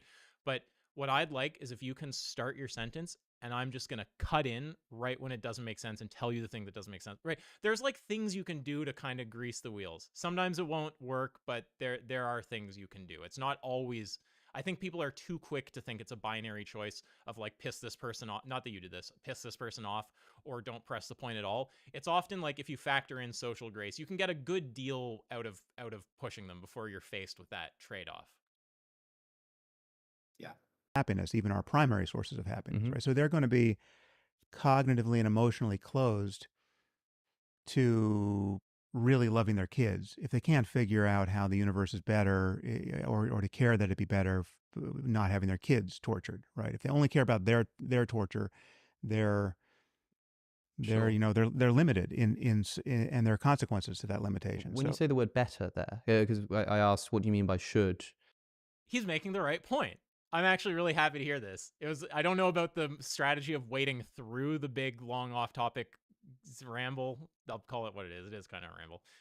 To then, yeah, let's see what he back. says though. I want to see him say, "What do you mean by that?" Or to make the point fine. that doesn't really answer my question. Sure. Okay. And you said something like that the world would be better. What do you mean by better? Yes. Yeah. Yes. Yes. To say that does show that he sees the term circle and he sees Sam answering by just referencing more of the term circle. So this is the kind of thing I say when I mean that I do think Alex has gotten better with some of this stuff. Precisely the same way. What do you mean by better? Fuck off. Better for them in the way that they acknowledge that their hand's not going to be on the hot stove. It's better for their kids not to be tortured in the same way, even if just viewed from above, not a personal view, just viewed in the totality of things. I suppose my problem... Viewed from above? Can we take that back and I hear that again? I don't know how to get this to go back arrow keys easily. Arrow keys. It's just arrow keys. It's like any player. Or you can click if you want. You can click the bar too, whatever you prefer. They're you know, they're limited in and there are consequences to that limitation. When you say the word better there, because I asked, what do you mean by should? And you said something like that the world would be better. What do you mean by better? In precisely the same way that it's better for them in the way that they acknowledge that their hand's not going to be on the hot stove. In precisely in the way that it's better for them that they acknowledge? Like they agree it's better. So is this like subjectivism? What is he talking It's about? not clear, and Alex should just keep pressing. He should just say, "I don't know Yeah. quite what that means." Yeah. Yeah. Also, note he's explaining what he means by better by repeatedly using the term better over and over again. Right, which isn't necessarily bad. But the worst way to term circle. At least if you're term circle into new terms at each iteration. Don't just term circle. But I think he's trying to give examples. Like I mean, this is red in the way that an apple is red, or blood is red. Okay, so sometimes the reuse of the term is fine, and it maybe that's not a problem there. Okay. It's better for their kids not to be tortured in the same way, even if just viewed from above, not a personal view, just viewed in the totality of. I suppose my problem is, if that is the case, then in the same way that you can essentially just translate words like good into, talking about well-being, I can do the same thing in the opposite direction and translate words like I think Alex is fucking up here. See how he's switching points? It seems like we'll see where he goes, but it sounds very likely he's switching points right here and moving off of the trying to get semantic clarity, which sucks because especially he clearly does see the term circle, so he knows how to do it. So he should. Sorry, go ahead. Yeah. No, sorry, I was interrupting you. No, it's fine. So I agree that he sees the term circle here, and I do think he's going to take this in the wrong direction. At this point, it's not Harris monologuing. He didn't it's not he asked a question and then Harris is going off. They're having a little bit of a back and forth here. And this is a perfect opportunity where it would be really weird to see it as rude or pressing him too hard to say, well, hold up. So, I started by asking you what you meant by should. You said better. Then I ask you what you mean by better, and you say better in this way, better in that way. It's still not clear what you mean by better. Can you give me a better response on that? He could even make a joke with it. He could play with the word. Yeah, that's disarming. To try to build some rapport or maintain a positive rapport, but just say, look, there's an issue here that you're not addressing, which is that you're employing terminology in an inscrutable way. Look, there are these common uses of should and better, but you're using them in a very technical context where you're presumably using them in a precise way. What is that way? Like people, I'm not going to be able to engage with you further in this particular point if I'm just not assessing what you're trying to get at here. Yeah, I agree with all that. Yeah, so I think Alex should think through, with debates. I mean, this is kind of a debate. It's like, I guess it's like an adversarial interview, but there's this kind of think about how to say this. You have to think about where the pathways kind of go. Like really at the kind of more nerdy level, you should have a literal algorithm for running debates. You and I have talked about that before. There's a way to actually do this mathematically so that you you won't get fucked up. But even not going that far, you have to have some sort of sense of where the pathways go. Like a classic failure here is using a reductio, having a reductio as part of your kind of argumentation flow you're going to use, and then not thinking through what to do in the case that the other person just bites the bullet on the reductio, right? That's a very common one. So, what is your point there? Do you have some further reply? And or what is the reductio really just, if anyone accepts that, you think just showing that will cause most people or most smart people to reject their view? Because then maybe you need to know what to do there, right? Is there more, or is that actually the stopping point, right? You don't want to just assume a particular pathway and not see that. And it's kind of a similar thing here. I don't really know what's in his head, but it seems like it could be a similar thing where he should really think through, what do I do if I have a really clear press on a really clear point and I've got it and he's kind of in the corner now and he's not really answering, how to navigate that? Because I suspect, I'm just guessing, I can't read his mind. I would suspect he hasn't really thought that through. He's kind of pressing it, and then he just kind of swerves off when he thinks of some other interesting thing, or maybe feels like he's pressed too much or something. But it would be a lot better to give that some forethought and find a nice, graceful way to hammer this point home instead of shifting on to some other point. Yeah, I agree. Because he had him on the main thing. It was the big thing. It's the whole thing. He did. Yeah. I think this is a good natural stopping point at this point. So okay. It's about at that extra 15 minutes mark. So no reason to keep playing another clip that might go on for 10 minutes. I had fun. Did you have fun? Yeah, this is fun. Mm-hmm. Okay, good.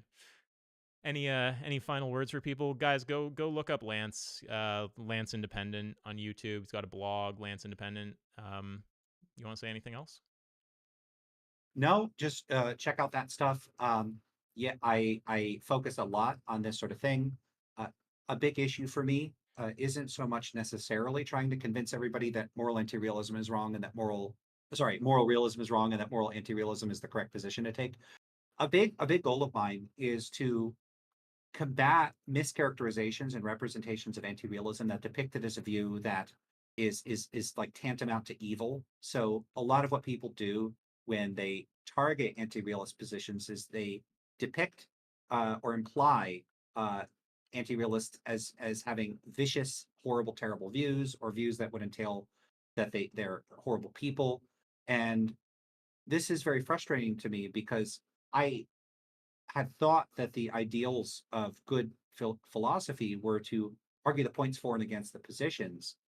And what I started to see when I saw people making these moves against anti-realism is that this seems to be, it might be especially bad in that particular debate context, but I think that this generalizes to debates outside of this particular topic, both within and outside of philosophy, is a lot of covert and in many cases probably even unintentional exploitation of ambiguity and framing devices and various sorts of ways of presenting positions in ways that don't come out. It's not like you'll see moral realists say this, although sometimes they will. I've seen people just say anti-realist psychopaths or something like that. Sometimes they'll say stuff like that.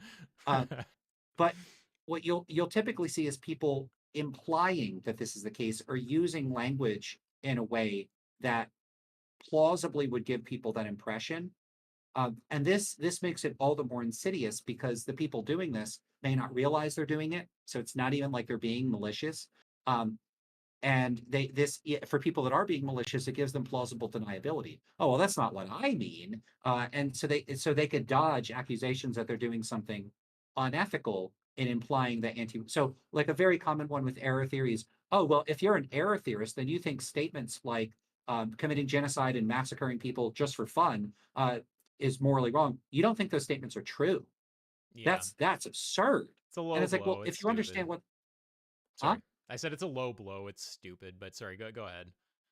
But this isn't just a point that like you'll see in like a some dumb shit post on Twitter. This is a point that an academic philosopher would make at a conference, and people will nod along, say like this is sage wisdom. This is a complete bullshit rhetorical point where look, that remark implies that error theorists are like whatever, genocide, who cares, Right. and that is not an implication of error theory. It's not error theorists. So an error theorist could say, yep. It is not wrong for people to commit genocide while they're in the act of stopping those people in a military conflict or ordering an assault on them to stop them from doing so. Right. And if that sounds weird, that's because realists framing the error theoretic position are, whether intentionally or not, massively misleading their audiences about what the error theorist is committed to. And yet, you still see professional philosophers routinely make these sorts of points. I've been pointing out for a few years now on YouTube and my blog that there's something seriously wrong with this setup because what I'm not seeing are anti-realists making this meta point, which isn't, hey, realism is wrong, anti-realism is true. It's, hey, can you stop implying that we're cool with genocide? Can you stop for like 10 seconds? Because we're not. And I think we're not. And sometimes realists will smugly say, yeah, of course you're not. That's why you're not really an anti-realist. And it's like, no. I am an anti-realist and I'm not pro-genocide. Those are consistent with one another. And they'll make this move. I saw someone say, look, this person in one post basically said, we know people aren't anti-realists because the only way you could be an anti-realist is if you were a psychopath. I think I've told you my whole angle on this before because this is a normative entanglement point. Yeah. You're pointing out that someone will entangle normative and meta-ethics. They say. Should I briefly state what that is? Yeah, sure. Yeah, so normative entanglement occurs in any context in which a person conflates metanormative and normative considerations. Usually this is in a moral context. They conflate meta-ethical considerations like realism, anti-realism with normative considerations like is that good or bad or right or wrong to give the impression that in virtue of your meta-ethical position, you hold some objectionable normative moral standard or in some cases like a bad attitude or character. And this is just super inappropriate because often they almost employ like loaded questions. Like if someone says, do you think it's objectively wrong to torture babies for fun. You're asking a normative question and a meta-ethical question at the same time. And there's no real way for me to answer the meta-ethical question without it giving some implication about what my normative moral views are, which you might think isn't a problem. But when you bundle them together, where the only way to say yes is to affirm the meta-ethical position, you're stuck, if you say Right. no, with being in the camp of people that have that say no because they're cool with baby torture. Right. And so the yes position says, yes, it's objectively wrong. The no position is, well, no, I do think things are objectively wrong, but not the baby torture. That's fine. Or you could think, well, yes, I think baby torture is wrong. I just don't think it's objectively wrong. Which one of those are you? Who knows? Maybe the anti-realist is a baby torturer. Right. Well, why would you ask a question in that way? And what's weird about this is, again, professional philosophers do this all the time. How did it? So they just didn't notice that this is a loaded question for decades? How did they not notice this? No one pointed this out. This is real weird. Anyway, that's normative entanglement. Yeah, and also to be clear, it doesn't presumably by your definition, it doesn't have to occur in the form of a question, right? It could occur in the form of a statement. Yep. Yeah. So I think that I've told you my whole angle on the normative entanglement stuff. Like, obviously, depending how it arises, like if it's a red herring from some other point in a debate, I might say that you shouldn't even address it or something. But if you want to address it, the general thing that I say that is really good to do is just take the sentence that they're trying to make you sound crazy with. You don't think Hitler's wrong or whatever. You think it's fine to torture, or you don't think it's wrong to torture babies for fun or something. And just ask them if they can explain, instead of using wrong, use a synonym and explain on your semantics what it means. And then they're fucked, because there's only two ways that goes. If they describe the meta-ethical thing, aka accurately characterize you, then they lose the whole force of their normative entanglement. If they mischaracterize you and make a normative statement, then you just say, oh, you don't even track my position. So that's my reply when people do that. It's a good move to make. I find a lot of people are just not going to play ball with that. But, they just won't do it. But what's real weird is, again, I have to emphasize this because I can't emphasize this enough. A lot of times this is not just like a random person that doesn't know what they're talking about. It's literally a professional philosopher. It could even be a person with a PhD that specializes in meta-ethics, and they still say this stuff. Yep. And how do they not know better? And here's another thing. I have yet to see anybody say Lance is wrong about normative entanglement being a thing. Here's why. I haven't seen that. Where's that blog post? Where's that tweet? Where's the people who say explaining why I'm wrong? I think you're not seeing it. There's a very simple explanation that I'm going to propose. Because I'm right about this, they know I'm right, and they don't have any rebuttal to it. So I'm rarely this confident, but I'm right about this one. You'd hope at least one of the same people who does the normative entanglement would make the argument that you're wrong about normative entanglement. This seems like a complete non-overlap. Yeah, and where is that? Right. Yeah. I also haven't, maybe there's been one or two, but I haven't seen a lot of people like acknowledge, like I haven't seen any realists that I recall. Maybe there's been one or two and I forget. And if so, and you see this, I'm sorry that I forgot. But for the most part, realists that I'm pretty confident they've seen me say this stuff.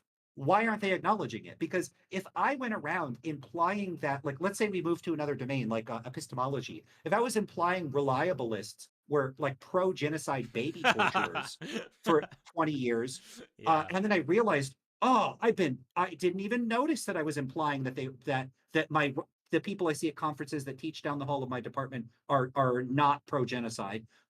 But I've been like, what? So you would have been slandering them for 30 years, and you're not going to bother to, if you notice the problem, to say, "Whoops, my bad." Right. I haven't seen where are the realists saying, "Whoops, my bad." It's almost like an IBE kind of thing, because you're sort of like, what would I expect to see in the case that, because you're not going to outright say they're dishonest, but you're kind of implying that you think they don't raise it because it doesn't serve their position, and they kind of know it, right? Like, because you kind of want to ask, like, what you, the hypothetical you, not you, Lance, you kind of want to ask, like, what would you expect someone to do in the case that they hear me talk about normative entanglement, and they understand what I'm saying, and they've been doing it?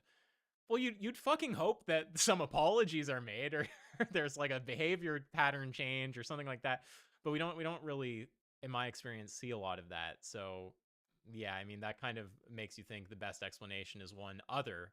So it's almost not, it's not IB, it's like narrowing down the IB space or something, but it's like the one where they're just honest seems not that likely in a lot of these cases.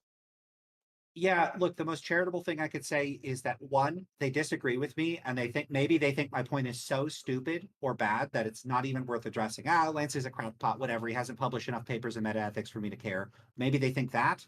That's look, and they could think that. I don't like whatever. That's a possibility. The other thing is they just haven't heard the position. So they don't know about it, or they just think I'm wrong and they haven't said why. Oh Those yeah. are certainly possibilities on the table. I'm talking about the case when they've clearly seen what you've said about normative entanglement. Well, it's hard for me to know who's seen what I said. Yeah. How do I know? Well, there's some people who I know have seen there, but yeah. Sorry, go ahead though. Okay, I know that there's at least one or two people that I know have seen what I've said and have never brought it up, ever. They haven't refuted it, they haven't acknowledged it, and they've done it. And they're not responding to me. Yeah, that's distressing. That is real frustrating. Yeah, and honesty is not the best explanation for that. I know you don't want to attribute motive, but I'm just saying, in my view at least, you don't have to say anything for yourself. I don't think honesty is the best explanation for that in the case where that does happen. It may be, but and there are, look, you could push me to the point where I think a person is not being honest, but that's a very context dependent thing. Yeah, of course. And it's the sort of thing. Yeah, it takes a lot for me to make that claim. I'm not saying they're generally dishonest or anything like that. I'm just saying, like, kind of specifically in the case that, like, you have a realist, they've been doing this, they see your thing and they understand it, and there's no apologies, there's no behavior change. Yeah, I mean, it could be something like they just didn't understand it or whatever, but again, like, I think you're pretty cogent. I think it's not that hard to understand. I do kind of veer in the direction, if they're not saying anything about it at all, they've seen it and they just keep doing it, I do veer a little, not that strongly, but start veering in the direction of, like, there's motivated reasoning going on. It serves their position to be able to normatively entangle, so let's not take this tool out of our kit by engaging with the criticism of it. We could revisit this in 10 years. So when I have papers published on this, when I presented at conferences, when I've seen enough videos, when I send emails to people that do this and say, look, you did this, can you please address it? And if I go through 10 years of that and I don't see people offering me good rebuttals or acknowledging the problem or apologizing, look, there is a point where I'll just say, yeah, I think these people know it's a problem and they don't want to admit it. And that's not honest. Yeah. So, and to be clear, I'm not saying I'm already at that point. I'm kind of drawing out the conditions under which, for some individual, I would start leaning towards that point. But yeah, also, if you notice over 10 years as a general trend, that's what happened, then you might lean towards that generally. But yeah, I agree with everything you're saying there. But yeah, so this is, I guess I'm trying to give people context for why I'm, like, critical of Harris in this respect. I don't focus much on Harris's other stuff. Like, my thing is meta ethics. There's a few other things that I'm interested in. You'll sometimes see me talking about free will. You'll sometimes see me talking about consciousness.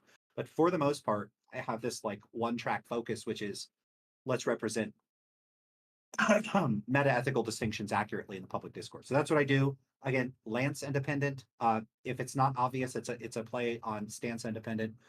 So I'm pretty easy to find. So check it out. Blog, YouTube channel, all that stuff. It's great talking to you. And that's it. Do something like this again in the future, eh? Yeah, I could even finish this video if there's more to watch here. Yeah, that could actually be fun. We should consider that. I always am hesitant to commit mid-school year, but yeah, I'm down, like, on either on winter break or some other time. If we want to, we can do it. We'll see. If people bug us for it, maybe that'll help encourage us. I really want to get more of Joe's insights, and I really want to see what a realist has to say about this, because I also want to make clear, you don't have to be an anti-realist to be critical of Harris's position. That's part of why I wanted to bring him and Alex here. And I think having Joe for that whole first chunk did kind of establish that, because you could see, like, he didn't align with, like, all of our anti-realist critiques, but you could see that nonetheless he was converging on, like, pretty much everything we were saying critical of Sam. He was saying things that we were agreeing with. This was, like, one of my main goals with this video, is just to show kind of, like, both sides can look at this, and we're both gonna if it's people with some level of understanding of, like, how the modern discourse actually is and whatnot, we're probably gonna converge pretty largely, realist or not, on what's problematic about what Sam's doing. Yeah. Okay, Lance. Good talking to you.